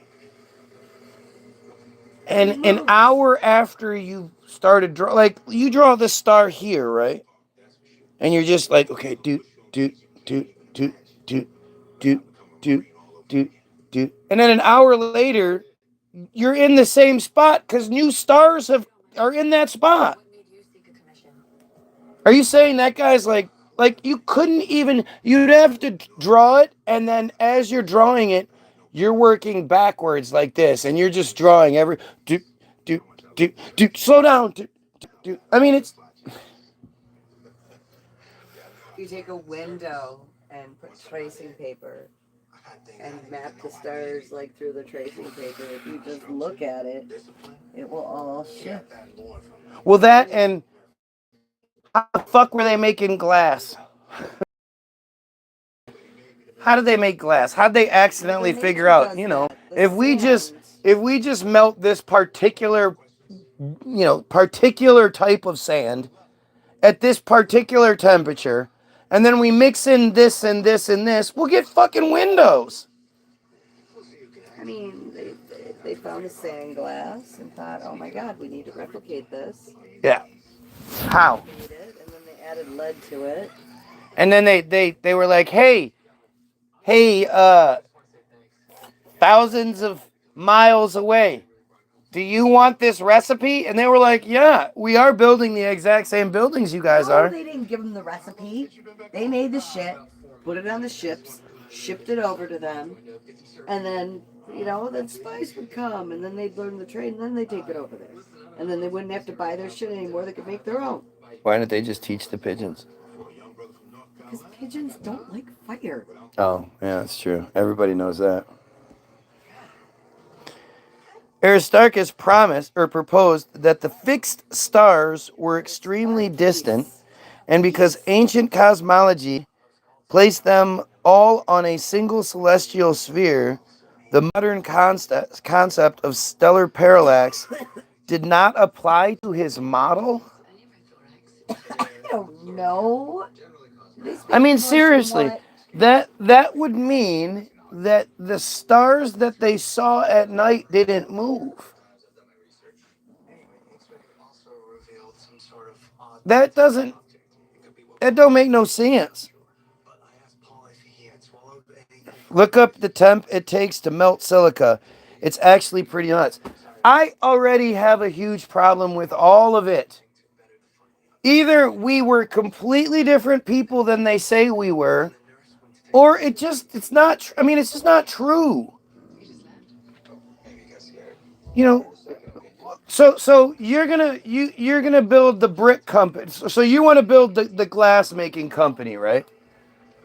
So you're gonna have to build the special kilns out of more than likely brick, right? Isn't that what you're gonna build your kiln out of? Well, to build your kiln, you have to build another kiln out of like mud and shit,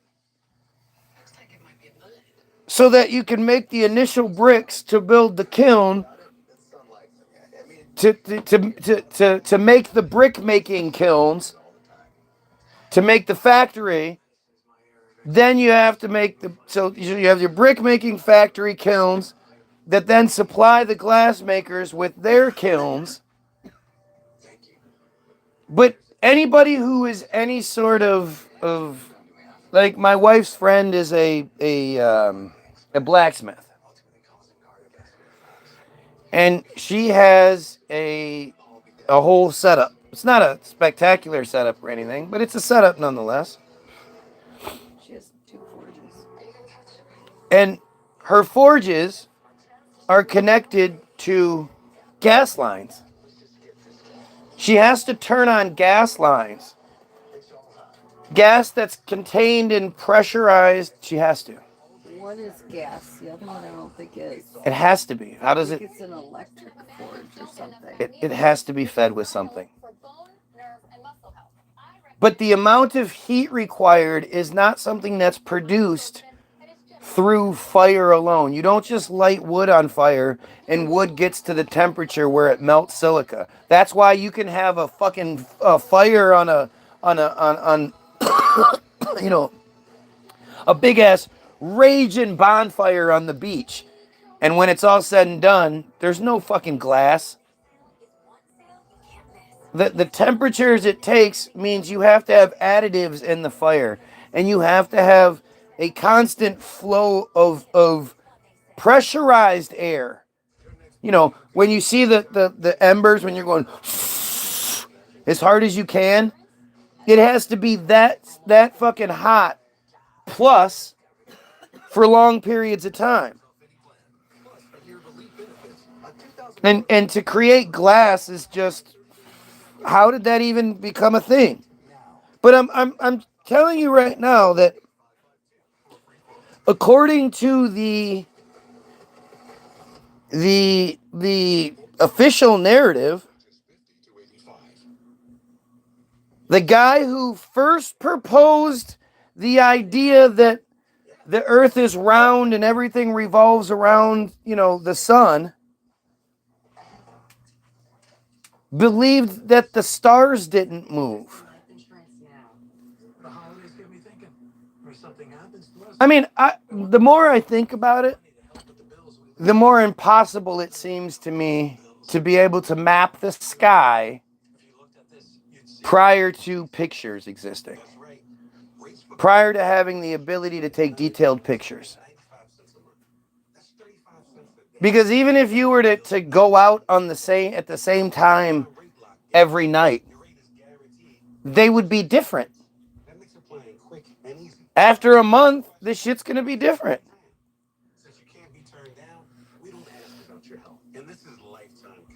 But this guy says that the stars don't move. This is the application. And so I have to ask, like, I ask these questions, and the only thing I know I can do, the only thing I know to do, is to go live and be like, hey guys, I'm really stupid. Your kids will appreciate that. I'm going to present you guys with things that I stumble across. And if I don't understand it, I'll say so. And when I don't understand it, by all means, explain it to me, please. Why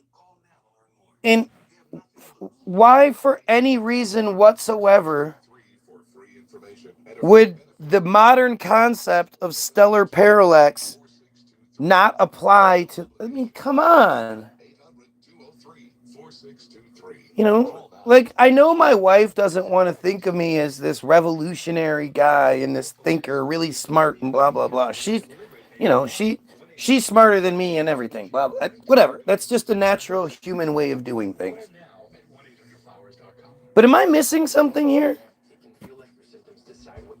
Or am I missing the importance of the guy who first came up with the heliocentric model, believing that the stars didn't move? What's going on here? That shouldn't even be a, you know, you shouldn't create a model where it's inaccurate. What's the point of the model if it's inaccurate?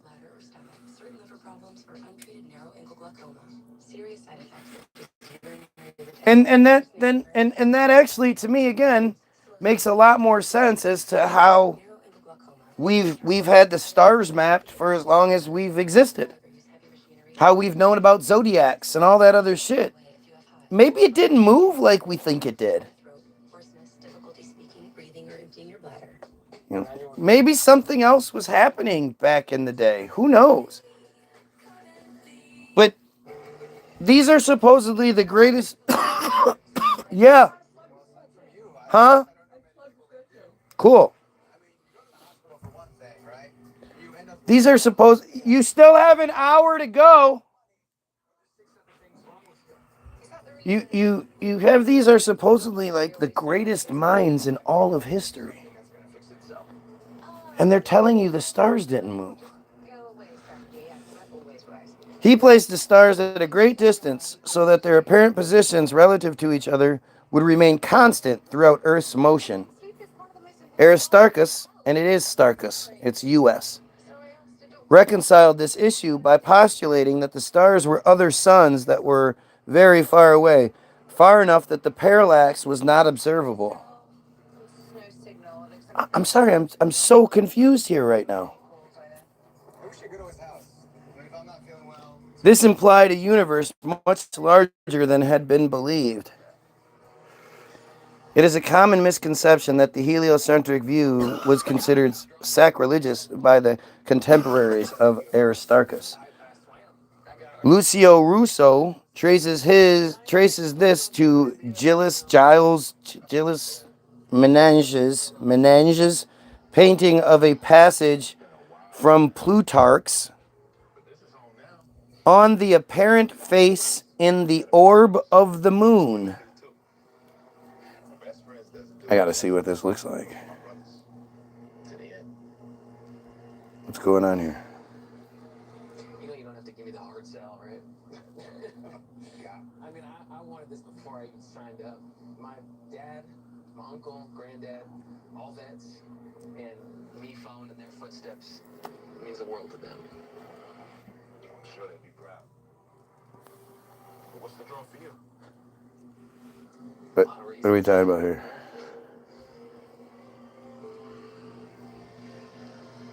Well, I guess, Is that this? I love my country. This bullshit? What? As long as I sign up, right?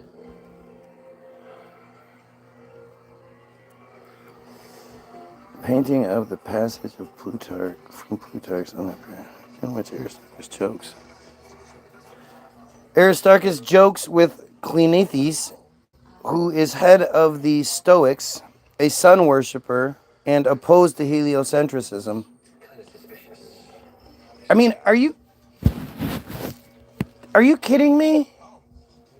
We have conversations, jokes between these couple of fellas while they were sitting at the local thinkery. Well, I guess there were people sitting around taking notes about everything they had to say. In the manuscript of Plutarch's text, Aristarchus says Cleanthes should be charged with impiety. Impiety.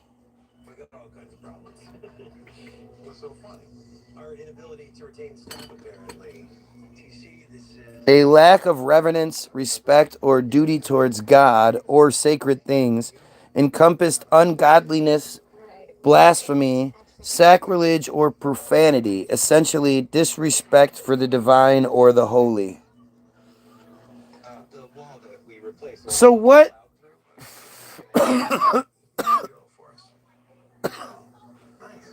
What divine holy entities were they talking about?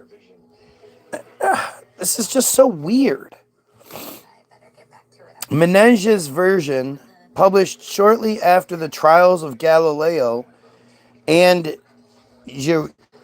Giordano Bruno, transposes an accusative and nominative so that it is Aristarchus who is purported to be impious. What?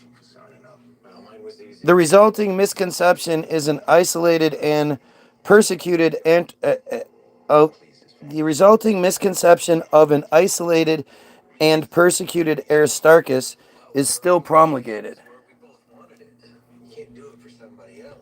Well, I bet he's upset. According to Plutarch, while Aristarchus postulated heliocentrism only as a hypothesis, Seleucus of Seleucia, a Hellenistic astronomer who lived a century after Aristarchus, maintained it as a definite option and gave a demonstration of it. But no full record of the demonstration has been found.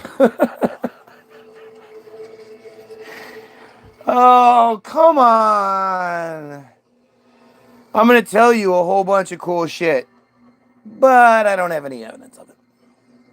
But I'm going to tell you about it. Let me tell you about it. It's really cool. There's no evidence. Don't even ask.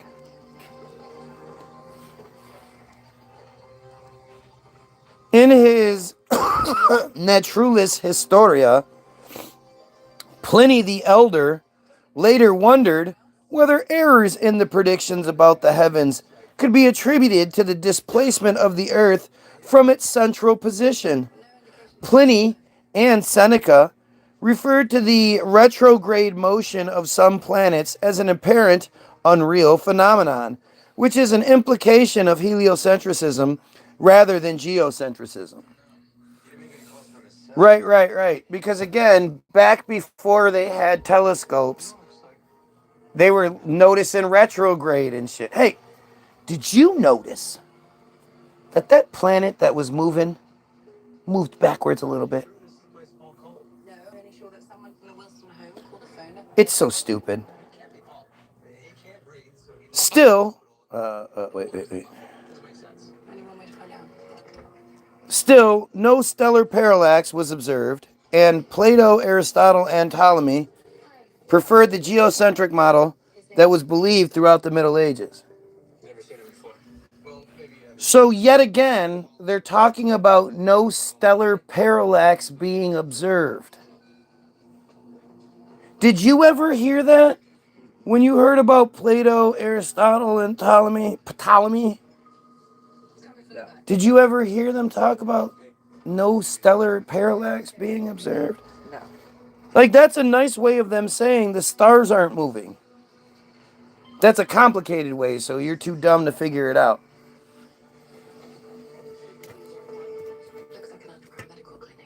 I am super confused right now. The heliocentric theory was revived by Copernicus, Nicholas Copernicus, mind you, after which Johannes Kepler described planetary motions with greater accuracy with his 3 laws. Yeah, now we're jumping to like the 1800s, right? Johannes Kepler is, the 1500s, sorry. And Isaac Newton, the 1600s. So we jump from Copernicus, Nicholas Copernicus, he's from 1400 to 1500, from 1473 to 1543. Didn't know that. So Ptolemy was 100s to 160s, 70s AD. BC, sorry. Aristotle was 384 to 322 BC. And Plato was 428 to 423 BC. Where he was born somewhere in there. And he died 348 to 347 BC. Somewheres. Okay. So, according to the narrative, the Earth-shaped model, the Earth position, the universe, the heliocentric versus, everything, all of that shit was this huge topic of conversation 100 or 2,000 plus years ago. And then they basically stopped talking about it for 1,400, 1,500, 1,000 to 2,000 years. If you're talking about from Plato's time. But if you're talking from at least Ptolemy's time, we're talking about, he is AD. I did read that right. So he's 100 to 170 AD.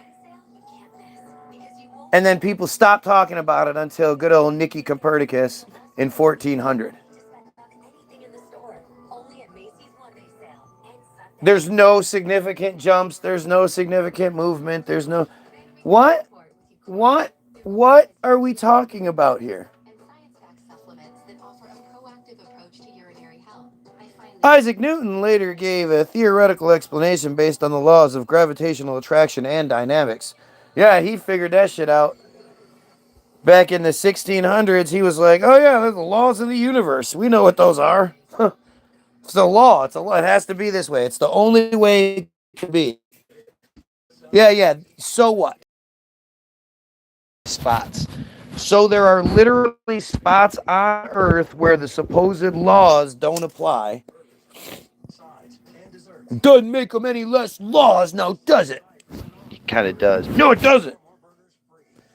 After realizing that the sun was much larger than the Earth and the other planets, Aristarchus concluded that the planets revolved around the sun. He realized that.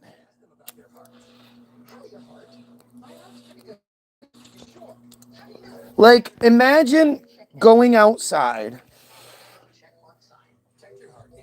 without the knowledge that you have. And you're looking up at the sun and you're like, yeah, we must be going around that thing. It must be much bigger than the thing we're on. I mean, yeah. What would make you even begin to think that way? Think about how ridiculous that is. There's literally no common sense or rational, reasonable reasoning why anybody would have ever thought the Earth was round before they were told to think that way. You would never think that the sun is way bigger than the Earth, but the moon is way smaller, even though they're both the same size in the sky.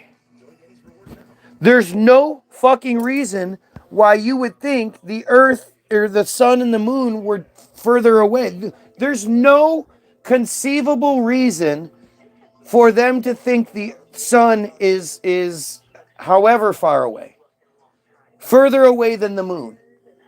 They should have thought that they were the exact same thing. One was just the light version, one was the dark version. And obviously the moon puts out its own light. It's a cold light.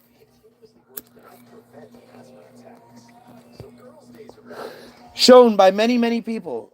One of which was Brian Mullen, who used one of those laser thermometer things to show that on a full moon night, that it was colder in the moonlight than it was in the shade. In the shade underneath a tree, it was slightly warmer, not directly in the moonlight. That's irrefutable proof. There's no, like, he was sitting there showing that, like, look, here to here. He would show the movement so that you couldn't say, oh, it was because a breeze picked up or some shit.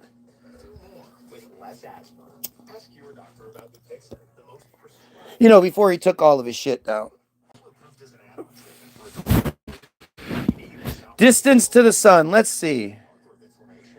Aristarchus' 3rd century BC calculations on the relative sizes from left the sun, earth, and moon from a 10th century AD Greek copy.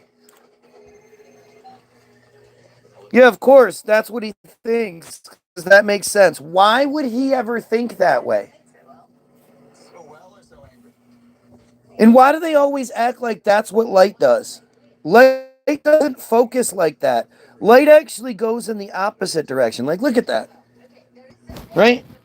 Light doesn't go like towards you. Light goes like that. And it would wrap all the way around. Do you know if all of the stars in the sky were actually suns? And if our sun was, 109 times larger than the Earth, and it would never be dark.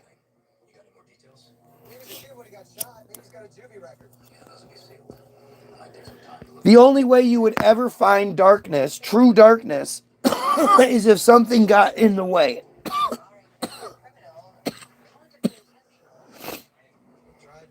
But other than maybe the smallest point little circle on the back of the earth, if it was spinning and all that shit, there wouldn't be that divider line where it goes from light to dark. It wouldn't exist. And that, my friends, is stupid. That's not how light works. Light doesn't focus down towards the earth.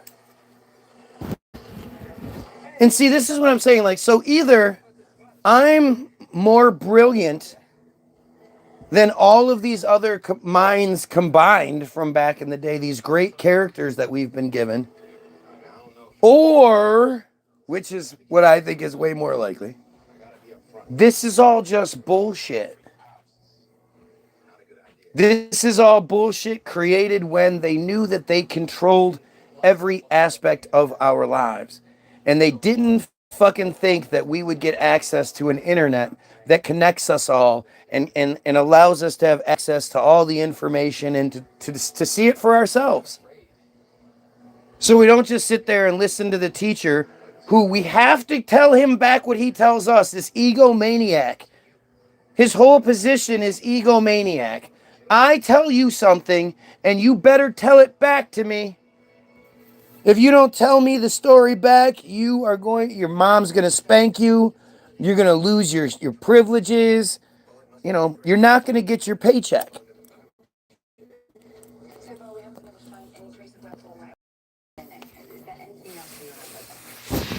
We'll give you little weekly stipends that you take home. And your mom, dad transfers them into your pay. Do you get to go out this week, or are you going to be grounded? Did you get an A on the test? You better get an A on the test. The only known work attributed to Aristarchus. So there's only one actual work attributed to this guy that's not even fucking going to be his. And somehow he is a character that me, 2025, I'm reading about on Wikipedia. The only known work attributed to him on the sizes and distances of the sun and the moon is based on a geocentric worldview. Historically, it has been read as starting at the angle subtended by the sun's diameter is 2 degrees, but Archimedes states in the Sand Reckoner that Aristarchus had a value of half a degree, which is much closer to the average value of 32 degrees or 0.53 degrees. So Mr. Wilson wasn't protecting his kids. What? He was protecting himself.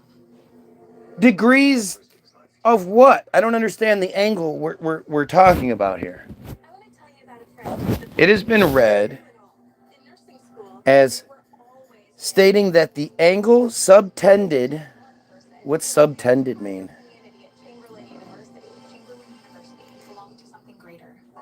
Subtended means an angle is formed by lines extending from the endpoints of a line, segment, or arc to a specific point, essentially stretching under or being opposite to that object, like a chord subtending an arc, or an arc or a side of a triangle subtending the opposite angle, with the vertex of the angle being the point where the lines meet.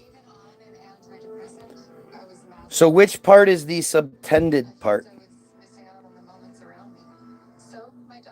An angle is subtended by a line, segment, or arc if the rays forming the angle pass through the endpoints of that segment or arc.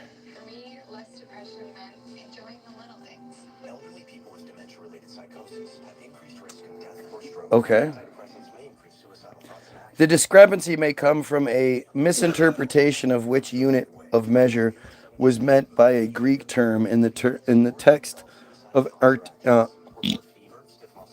Aristarchus. Right, and that's another thing, is like each society, each culture each era had its own system of measurement. What we thought of as an inch is not what they didn't use that. So, yep. Aristarchus claimed that at half moon, first or last quarter moon, the angle between the sun and moon was 87 degrees. Using correct geometry, but the insufficiently accurate 87 datum, Aristarchus concluded that the sun was between 8 and 20 times further away from the earth than the moon. The correct value of this angle is close to 89 degrees, 50 apostrophe, I don't know what that means. And the sun's distance is approximately 400 times that of the moon. Right, to fit the narrative. It's fucking stupid.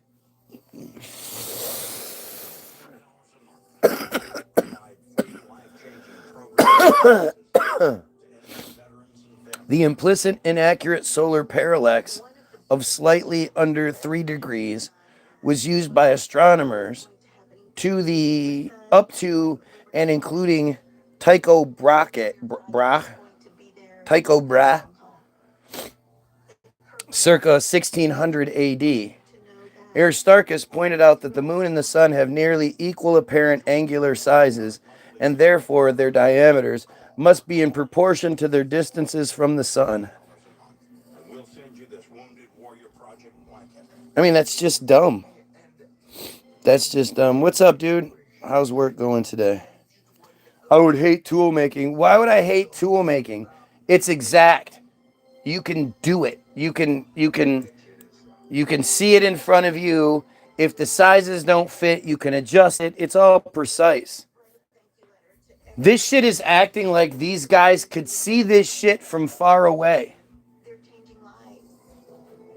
They literally had nothing better than what you have if you walk outside of your house right now. They didn't have your fucking, your telescopes, your binoculars, and shit, a lot of them probably had bad eyes.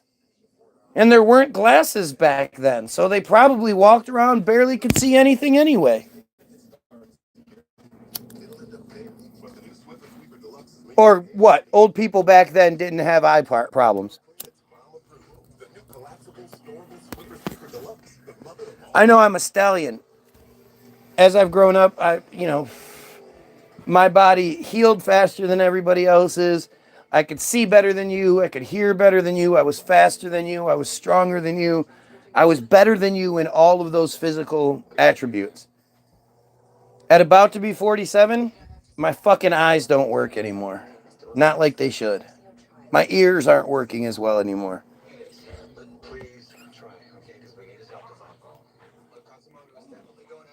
These guys are 80 fucking years old and shit. On the sizes and distances of the sun and moon, Aristarchus discussed the size of the moon and sun in relation to the earth. In order to achieve these measurements and subsequent calculations, he used several keynotes made while observing a lunar eclipse. Oh, that's what it was. The first of these consisted of the time that it took for the Earth's shadow to fully encompass the moon, along with how long the moon remained within the shadow.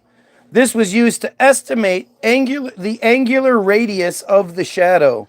From there, using the width of the cone that was created by the shadow in relation to the moon, he determined that it was twice the diameter of the moon at the full non-central eclipse. Good thing he happened to be there when it was a full lunar eclipse, huh? Because most of the time, you don't get that. In addition to this, Aristarchus estimated that the length of the shadow extended around 2.4 times the distance of the moon from the Earth.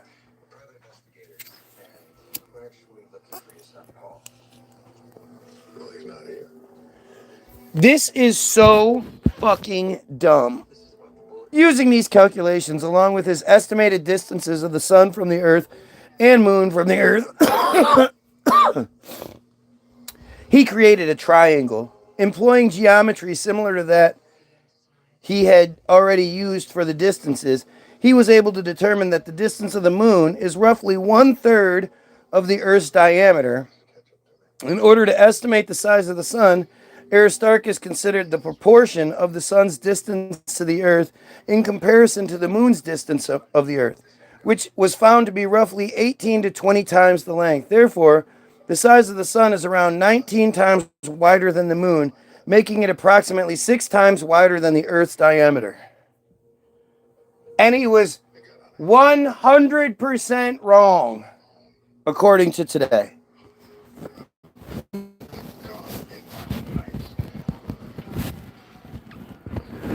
His legacy, the legacy, you ready for this great man's legacy? The lunar crater, Aristarchus, the minor planet 3999 Aristarchus, and the telescope Aristarchos are named after him. Oh, isn't that sweet? That's it. That's the guy who first proposed this bullshit. Sorta. And then it was Seleucus of Seleucia who was like, yeah, and the moon's due to tides. According to Lucio Russo, Seleucus's arguments for the heliocentric theory were probably related to the phenomenon of tides. The annual cycle of tides, which was studied by Seleucus, can indeed hardly be explained in a geocentric system. Can hardly be explained. The only way you could explain it is in a heliocentric system with the moon and the sun. Yeah, it's the only thing that makes sense. It couldn't be that there are pumps and shit underneath the system that we're on. It couldn't be that this is a manufactured, reality. This is a set. This is built. The water seeps down in and then is pumped back out. Because where does all the rainwater go? So the sun and the moon are the same size. Apparently. The sun and the moon are lights in the sky, man. They're lights in the sky. What the sky is, I don't fucking know. What I believe I've seen is a panel. With the broken star, I saw the panel. Looked like this, basically. And if in reality, if you look at everything from King Kong to G.I. Joe, everything, Marvel,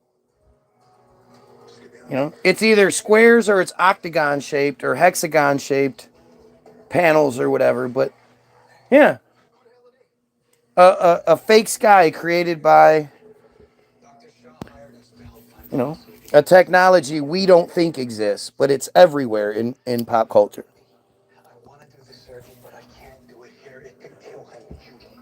There are so many examples of a dome made out of individual panels. So many fucking examples of it. Can hardly be explained in a geocentric system. Seleucus correctly theorized that tides were caused by the moon, explaining that the interaction was mediated by the pneuma,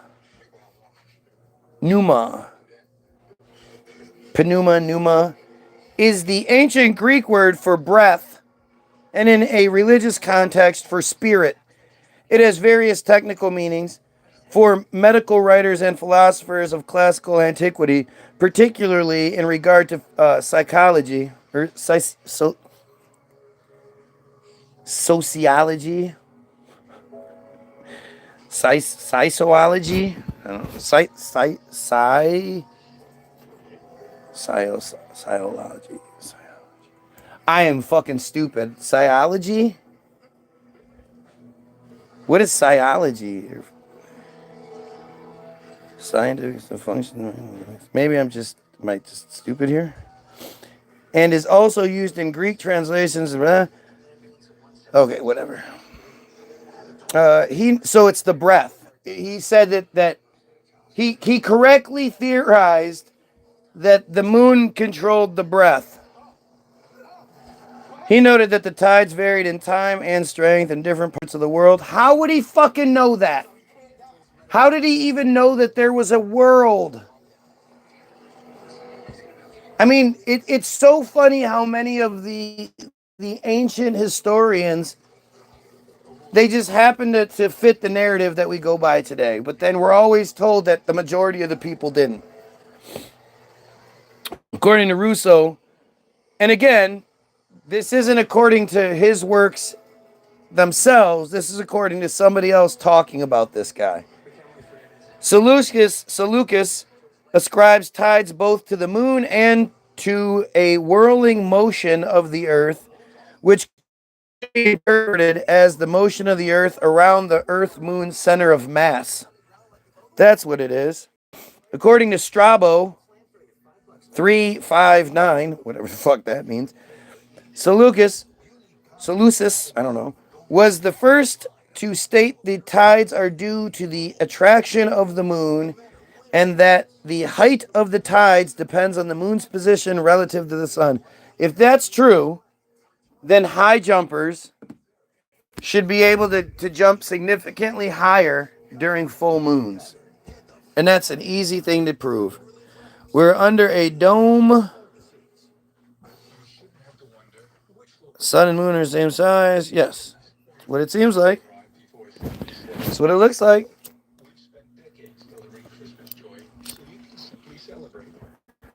That's what makes the most sense.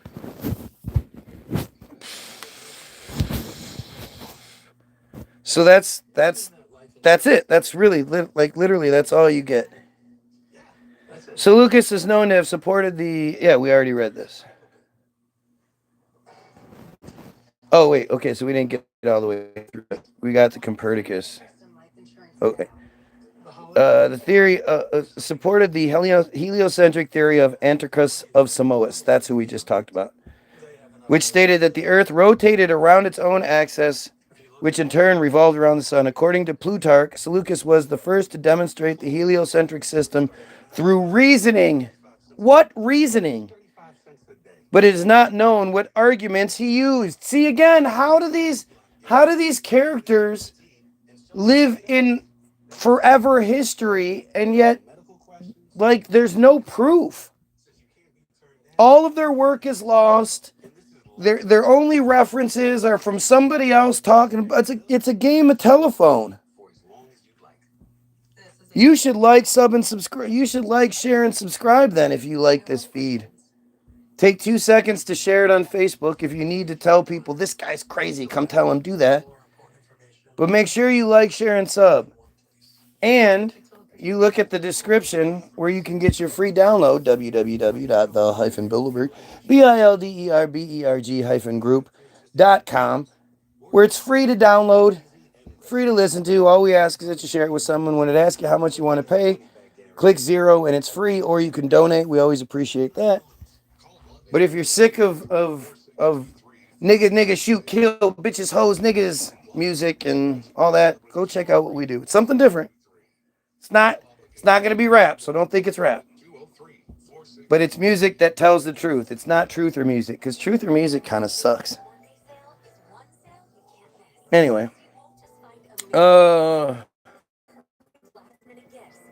According to Bartel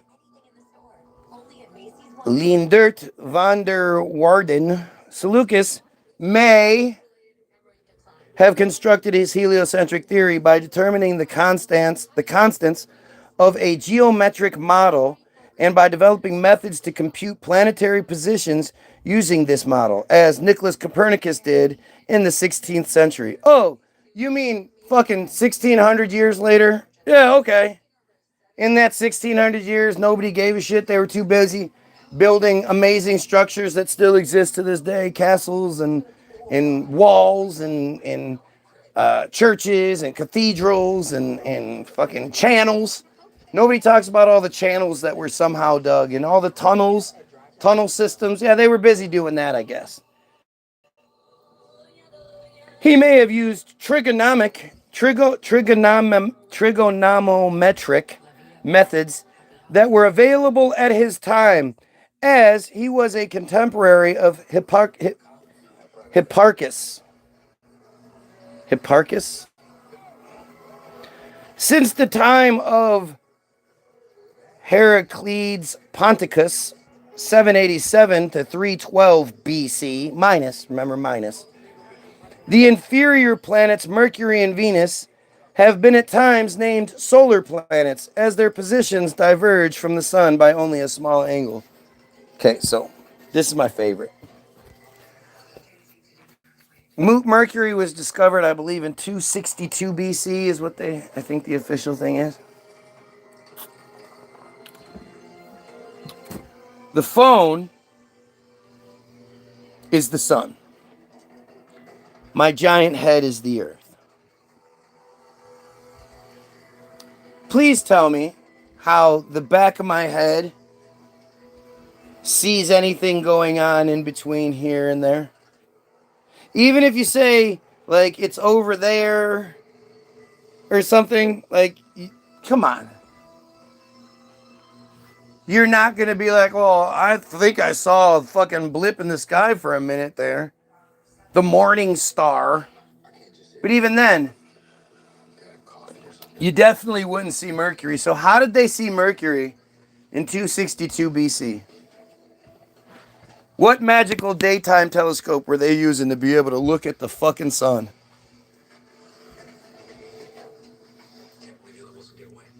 Have you got a channel I can follow? Obviously, yes, I'm here. There's all sorts of links in the description for you to follow. There's links to learn from and there's links to follow. There's links to the Facebook page. There's links to the videos, music videos, and there's link to all sorts of receipts for everything I'm saying. No, just so you know, normally this isn't what we really talk about. Normally we talk about the friars and how they've given us this narrative. But right now we're just breaking the narrative. According to the Greek geographer Strabo, Seleucus was also the first to assume the universe to be infinite. None of his original writings have survived, though a fragment of his work has survived, only in Arabic translation, which was later referred to by the Persian philosopher Muhammad ibn 865 to 925. So how does this guy exist if none of his work survived and it's only some fucking hearsay wives' tale? And this is the guy, this is the father of the tides, you guys. Oh my God, it's so stupid. It's just so fucking stupid. Investigation into tidal physics was important to the early development of celestial mechanics. With the existence of two daily tides, Seleucus of Seleucia theorized around 150 BC that tides were caused by the moon, the breath, remember? The influence of the moon on bodies of water was also mentioned in Ptolemy's Tetrababios. Because this guy was just writing shit, printing it out, had the big printing press, was able to distribute all the copies all over with their wide network of shipping, you know. Send out the catalog with a bunch of lists of book names, and then you'd be like, oh, I want Ptolemy's book. And they'd get that right over to you. All pretty and hand-drawn and shit. Right? In De Temporum Retuine, the reckoning of time of 725, Betty linked semi-diurnal tides to the phenomenon of varying tidal heights. Oh, and the phenomenon of varying tidal heights to the moon and its phases. Beatty starts by note that Beatty, man, he fucking knew everything. Literally, there's not too many things that you can look up that, you know, are modern day somethings that didn't run through this guy. Beatty starts by noting that the tides rise and fall 4/5 of an hour later each day. Oh yeah? He was keeping that time of them because they had hours, minutes, seconds and shit back then. Because he was like, it's 7:30. Oh, 7:36. Are we saying this guy was noticing 20-minute intervals? No, not even 20-minute intervals. 4/5 of an hour. So it all worked out. Just like I said. That the rose and fall 4/5 of an hour later each day. That's actually a lot. 4/5 of an hour. I mean, if he was going to say 1/5 of an hour, I could maybe see, but 4/5 of an hour. So if you broke an hour into fifths, that's 12 minutes.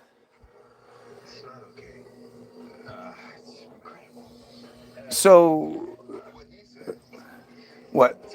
48 minutes early? No, that can't be right. The tides don't change by 48 minutes every day. If it did that every fucking, every 12 days, you realize like that would throw everything off. Just as the moon rises and sets 4/5 of an hour later. Again, no. The moon isn't rising and setting 48 minutes later every day. If you want to say 12 minutes, that's even... No. The difference between moonrise and sunrise and all that shit is by minutes every day. He goes on to emphasize that in 2 lunar months, 59 days, the moon circles the earth 57 times, and there are 114 tides.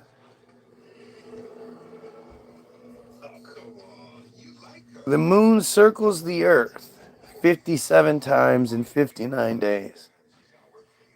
I mean, that's, I guess, us spinning. So, again, in the heliocentric universe, we're spinning, but the moon is also moving. So that's a lot. Beatty then observes that the height of the tides varies over the month. Increasing tides are called Mélanées and decreasing tides Les Dons, and that the month is divided into 4 parts over 7 or 8 days with alternating Mélanées and Les Donnés.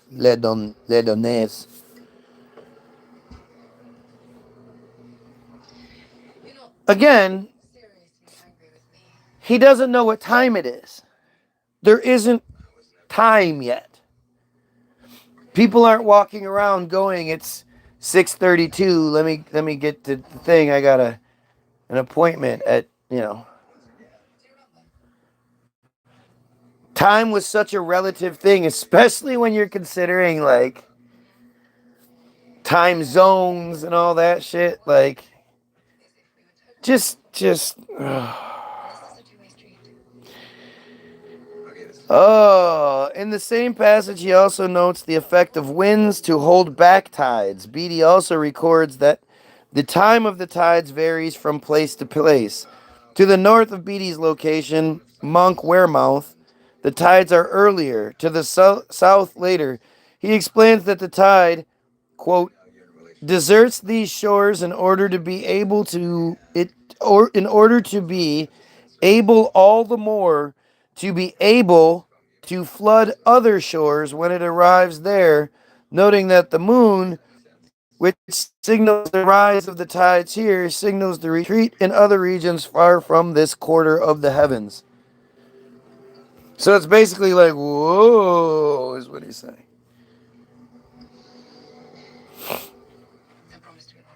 Deserts the shores in order to be able all the more to be able to.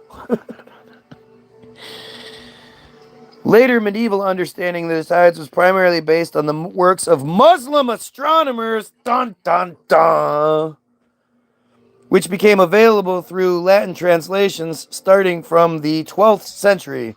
You know, when they first learned about what zero is.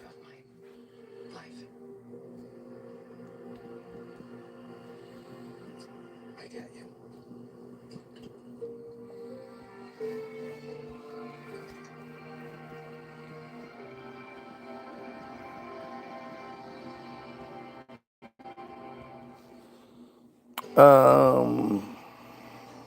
Abu Ma'arsh al-Bakani, circa 866, in his Introductorium in Astronomium, taught the ebb and flood tides were caused by the moon. He just did. Abu Mashar discussed the effects of the wind and the moon's phases relative to the sun of the tides. In the 12th century, El-Britu, circa 1204, contributed the notion that the tides were caused by the general circulation of the heavens. Simon Stephen, in his 1608, Die Spielblätter der Blätter, the theory of ebb and flood, dismissed the large number of misconceptions that still existed about ebb and flood. Dewan pleaded for the idea that the attraction of the moon was responsible for the tides and spoke in clear terms about ebb, flood, springtide, and neap tide, stressing that further research needed to be made. In 1609, Johannes Kepler also correctly suggested that the gravitation of the moon caused the tides, which he based upon ancient observations and correlations. Galileo Galilei, in his 1632 dialogue concerning the two chief world systems, he wrote a bunch of shit too, whose working title was Dialogue on the Tides, gave an explanation of the tides. The resulting theory, however, was incorrect, as he attributed the tides to the sloshing of water caused by the Earth's movement around the sun.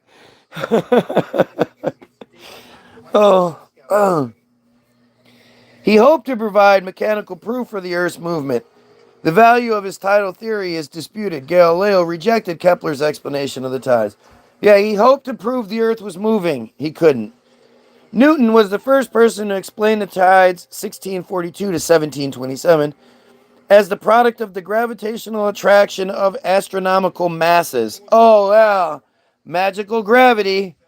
His explanation of the tides and many other phenomena was published in the Principia, 1687, when he was 45 years old, and used this theory of universal gravitation to explain the lunar and solar attractions as the origins of the tide-generating forces. Newton and others before, Pierre Simon Laplace, worked the problem from the perspective of a static system, equilibrium theory, that provided an approximation that described the tides that would occur in a non-inertial ocean, eventually covering the whole Earth. The tide-generating force, or its corresponding potential, is still relevant to tidal theory, but as an intermediate quantity, forcing function rather than as a final result. Theory must also consider the Earth's accumulated dynamic tidal response to the applied forces, which response is influenced by ocean depth, the Earth's rotation, and other factors. In 1740, the Académie Royale des Sciences in Paris offered a prize for the best theoretical essay on tides. Daniel Barumi, Leonardo Euler, Colin McCurlin, and Anthony Chalavari shared the prize. Are they all different people who came up with the same thing? McCurlin used Newton's theory to show that a smooth sphere covered by a sufficiently deep ocean under the tidal force of a single deforming body is a prolate spheroid, essentially a three-dimensional oval, with major axis directed toward the deforming body. McLaren was the first to write about the Earth's rotational effects on motion. Euler realized that the tidal force's horizontal component, more than the vertical, drives the tide. In 1744, Jean Leronde Alembrandt studied tidal equations for the atmosphere, which did not include rotation. 1770, James Cook's James Cook's Barak HMS Endeavour grounded on the Great Barrier Reef. Attempts were made to refloat her on the following tide, which failed, but the tide after that lifted her clean with ease. While she was being repaired in the mouth of the Endeavour River, Cook observed the tides over a period of 7 weeks. At neap tides, both tides in a day were similar, but at spring, the tides rose 7 feet in the morning, but 9 feet in the evening. Pierre-Simon Laplace formulated a system of partial differential equations relating the ocean's horizontal flow to its surface height, the first major dynamic theory for water tides. The Laplace tidal equations are still in use today. William Thomson, first Baron Kelvin, wrote Laplace's equations in terms of vorticity, which allowed for solutions describing tidally driven, coastally trapped waves known as Kelvin waves.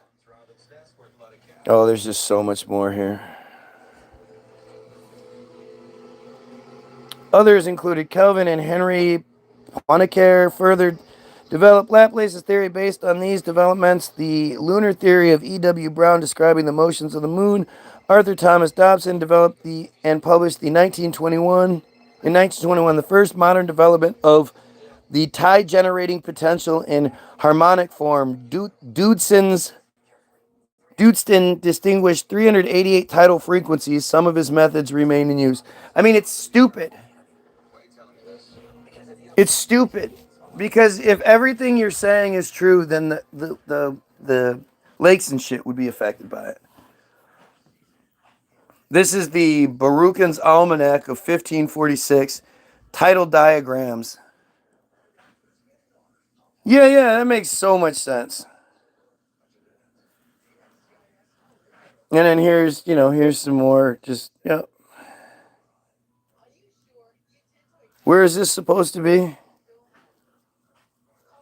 The Bay of Biscay and the coast of Brittany to Dover. A lot of castles. From ancient times, tidal observations and discussions has increased in sophistication, first making a daily recurrence, then tides relationships to the sun and moon. Pytheas traveled to the British Isles about 325 BC and seemed to be the first to have related spring tides to the phase of the moon. I mean, you would think in an age where sailing was our biggest thing, they would have known about that shit firsthand. But yeah, what do you think the British Isles looked like in 325 BC? In the 2nd century BC, the Hellenistic astronomer Seleucus of Seleucia correctly described the phenomena of the tides in order to support his heliocentric theory. He correctly theorized that the tides were caused by the moon, although he believed that the interaction was mediated by the breath. He noted that the tides varied in time and strength in different parts of the world. Apparently, somehow he knew that. According to Strabo, Seleucus was the first to link tides to the lunar attraction, and at the height of the tides depended on the moon's position relative to the sun. Oh, yeah? The Naturalis history of Pliny the Elder collates many tidal observations, e.g. the spring tides are a few days later or before new and full moon and are highest around equinoxes, though Pliny noted many relationships now regarded as fanciful. Oh, that's weird. In his geography, Strabo described tides in the Persian Gulf having their greatest range when the moon was furthest from the plane of the equator. All this despite the relatively small amplitude of Mediterranean basin tides. So he figured that out in those tiny tides. Gotcha. The strong currents through the Euripus Strait and the Strait of Messina puzzled Aristotle. Philostratus described tides in Book 5 of the Life of Apollonius of Tyane. I wonder what all these books actually say. Philostratus mentions the moon, but attributes tides to spirits. In Europe around 730 AD, the Venerable Bede described how the rising tide on one coast of the British Isles coincided with the fall of the other, and described the time progression of high water along the Numerian coast. How would he have fucking known that? In 730, how was he knowing what was going on the other side of something? How could even that information be communicated to him? The first tide table in China was recorded in 1056 AD, primarily for visitors wishing to see the famous tidal bore in the Quintang River. The first known British tide table is thought to be that of John Wallingford, who died Abbot of St. Albans in 1213, based on high water occurring 48 minutes later each day. I guess it does occur 48 minutes later each day. That just seems off to me. And 3 hours earlier at the Thames mouth than upriver at London. So it is 48 minutes. In 1614, Claude d'Aberville published the work Histoire de la Mission des Barons where he exposed that the Tipunamba people already had an understanding of the relationship between the moon and the tides before Europe. Tupinamba are one of the various Tupi ethnic groups that inhabit present-day Brazil, who'd been living there long before the conquest of the region by the Portuguese settlers. The France Antiquarique, the Brazilian ball for Henry II of France, October 1st, 1550. Over 300 nude men were employed to illustrate life in Brazil in a mock battle between Tupinamba allies of the French and Tabajara people. That's what this painting is of in the 1500s, with all those huge buildings in the background. I just always love the backgrounds. Yeah, look at the 300 nude men. Look at the 300 nude men. Look at the background. What are all those buildings? Who built all that shit in the background of this painting from 15, or were they just from 1550? They're just taking liberties. Every single painter back then just decided to make the backgrounds of paintings have a bunch of unrealistic buildings in them with smoke coming out of them and shit. Look at that steeple. Who built that steeple? Who built all these? Look at that building in the background. These are huge buildings, smoke coming out. Huge buildings. Who built all that?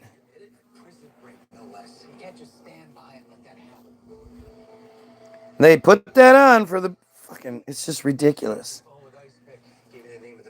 William Thomson led the first systematic harmonic analysis of tidal records starting in 1867. The main result was the building of the tide predicting machine, using a system of pulleys to add together 6 harmonic time functions. It was programmed by resetting gears and chains to adjust phasing and amplitudes. Similar machines were used until the 1960s, 100 years, huh? The first known sea level record of an entire spring, neap scale, was made in 1831 on the Navy dock in the Thames estuary. Many large ports had automatic tide gauge stations by 1850. John Lubbock was one of the first to map the co-tidal lines for Great Britain, Ireland, and the adjacent coasts in 1840, of course. William Whewell expanded this work, ending with a nearly global chart in 1836. Of course he did. Wait. He expanded on the work, ending with a nearly global chart 4 years earlier than the fucking first guy? Yeah. In order to make these maps consistent, he hypothesized the existence of a region with no tidal rise or fall where co-tidal lines meet in the mid-ocean. The existence of such an amphidromic point, as they are now known, was confirmed in 1840 by Captain William Hewitt from careful surroundings in the North Sea. Wait.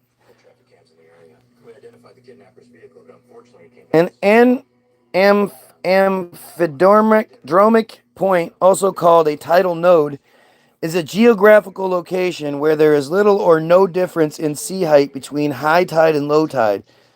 It has zero tidal amplitude for one harmonic constitute of the tides. So wait, if the moon is doing it, then how does it not affect certain spots?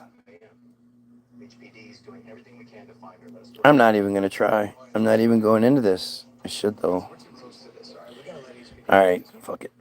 It has zero tide. The tidal range, the peak-to-peak amplitude, or the height difference between high tide and low tide, for that harmonic constitute increases with the distance from this point, though not uniformly, of course.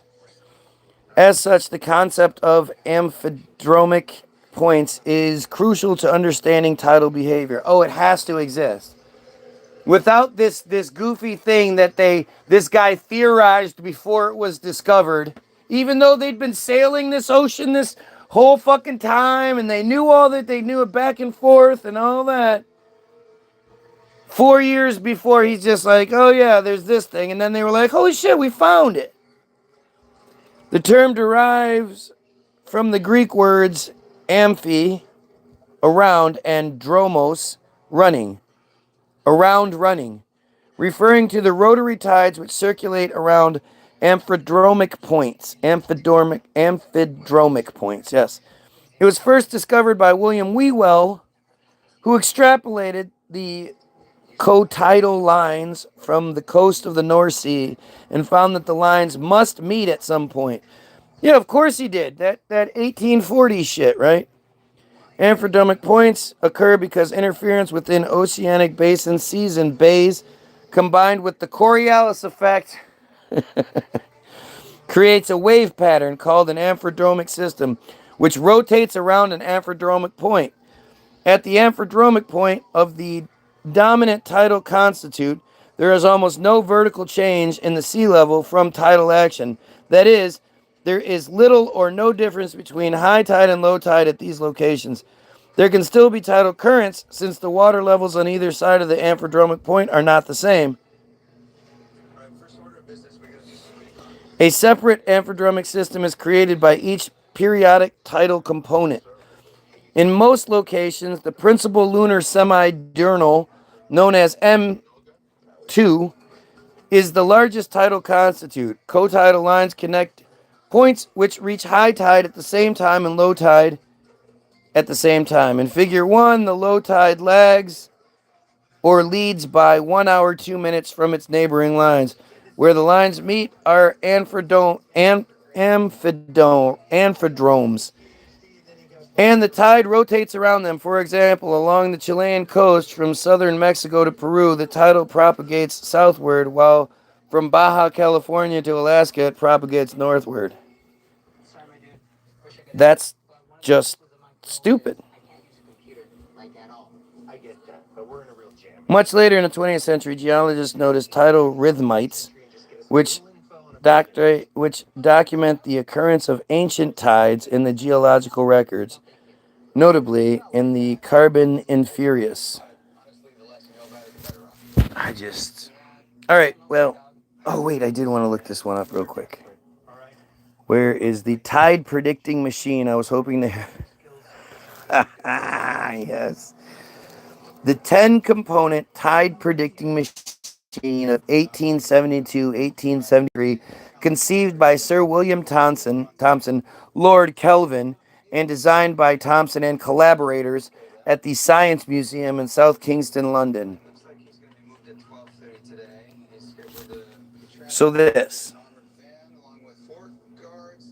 So every single component of this had to be designed and then cast. In 1870, how was this working? Because you know these scientific thinker designer guys, they weren't getting their hands dirty. This is the tide predicting machine from the 1870s.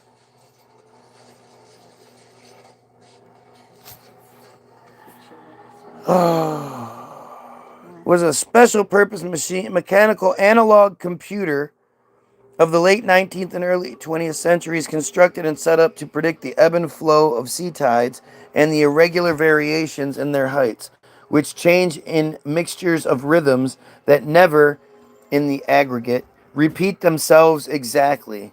Its purpose was to shorten the laborious and error-prone computations of tide prediction. Such machines usually provided predictions valid from hour to hour and day to day for a year or more ahead. Oh yeah? This thing could predict the tides for up to a year? What was it using? The first tide predicting machine, designed and built in 1872-1873, followed by two larger machines on similar principles in 1876 and 1879, was conceived by Sir William Thomson. He just did it. Good luck finding the narrative as to how many times he fucked up, how long it took him to get... Like, again, when you're casting something like this, understand you're going to get shit wrong constantly. You're going to have to make adjustments constantly.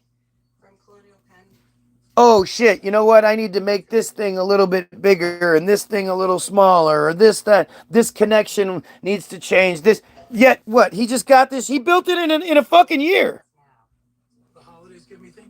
Just a year. Thomson had introduced the method of harmonic analysis of tidal patterns in the 1860s and was the first machine. And the first machine was designed by Thomson with the collaboration of Edward Roberts, 1845 to 1933, assistant to the UKHM Nautical Almanac Office. No, in a minute, I'll be done in a minute. And of Alexander Legge, who constructed it. Alexander Legge, he constructed it. In the U.S., another tide predicting machine on a different pattern was designed by William Farrell and built in 1881-82. Oh, this guy designed a different version. That's pretty awesome. He must have been really smucking fart. Developments and improvements continued in the U.S. See, this is like, I can't find the history. I went to look up the history of this machine, and instead it gives me the history of those machines. Isn't that interesting how I can't find his machine?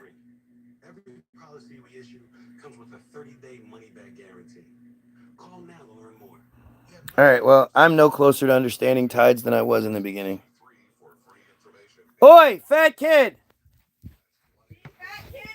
Here. Ready?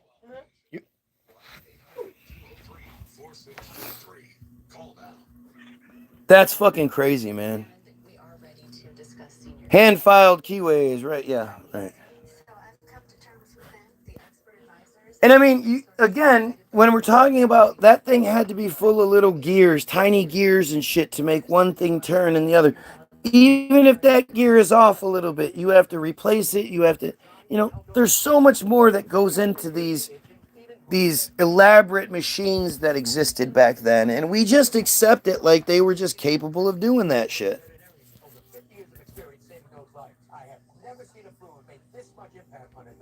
For a limited time, get up to 54% off Dr. Marty Nature's Blend, plus a free gift with our special TV offer. Call or go to drmartypets.com/TV. My heart has experienced life-changing wins, losses, and countless miles. To keep living at my speed, I trust Juno CoQ10. CoQ10 is the #1 cardiologist. I don't know. I gotta go. I appreciate you guys being here, even though the censorship is strong. I love it. It is what it is. It shows you that I'm right. If I wasn't right, they wouldn't censor me. So, go check out all the receipts in the description. It's good shit there. It'll tell you who the bad guy is. Hollywoodism is why we have this history that we have. It's all connected, and it's all there for you to see. The Havara Agreement, and the Israel Hayom Bottom of Darkness. Go check out all of these little pieces that I've provided you. I have made it so you can make the argument yourself. There's nothing special about what I do. Everything is there for you to be able to smash literally anyone else's fucking bullshit coming your way, and for you to have an understanding as to not only who the enemy is, but what we Goyim need to do in response. So go check out the links, and fuck it, go check it out and just tell me what I'm wrong about. Everything that's in that that's provided, other than my website and my Facebook page, everything else is official. Their shit. Israel Hayom, Bottom of Darkness article is Israel Hayom. That's Sheldon Adelson's baby. There are Wikipedia articles in there. They control Wikipedia. The proof is in the other little piece I have, you know, the link that's there that says Naftali Bennett Wikipedia. Click on that and it'll show you a future at the time but now former prime minister bragging about controlling Wikipedia, teaching the editors how to edit in Wikipedia so that they control what is written, how it is written, and to ensure that it is balanced and Zionist in nature. Go look at the fucking shit. Go. Prove me wrong. That's all I ever ask you to do.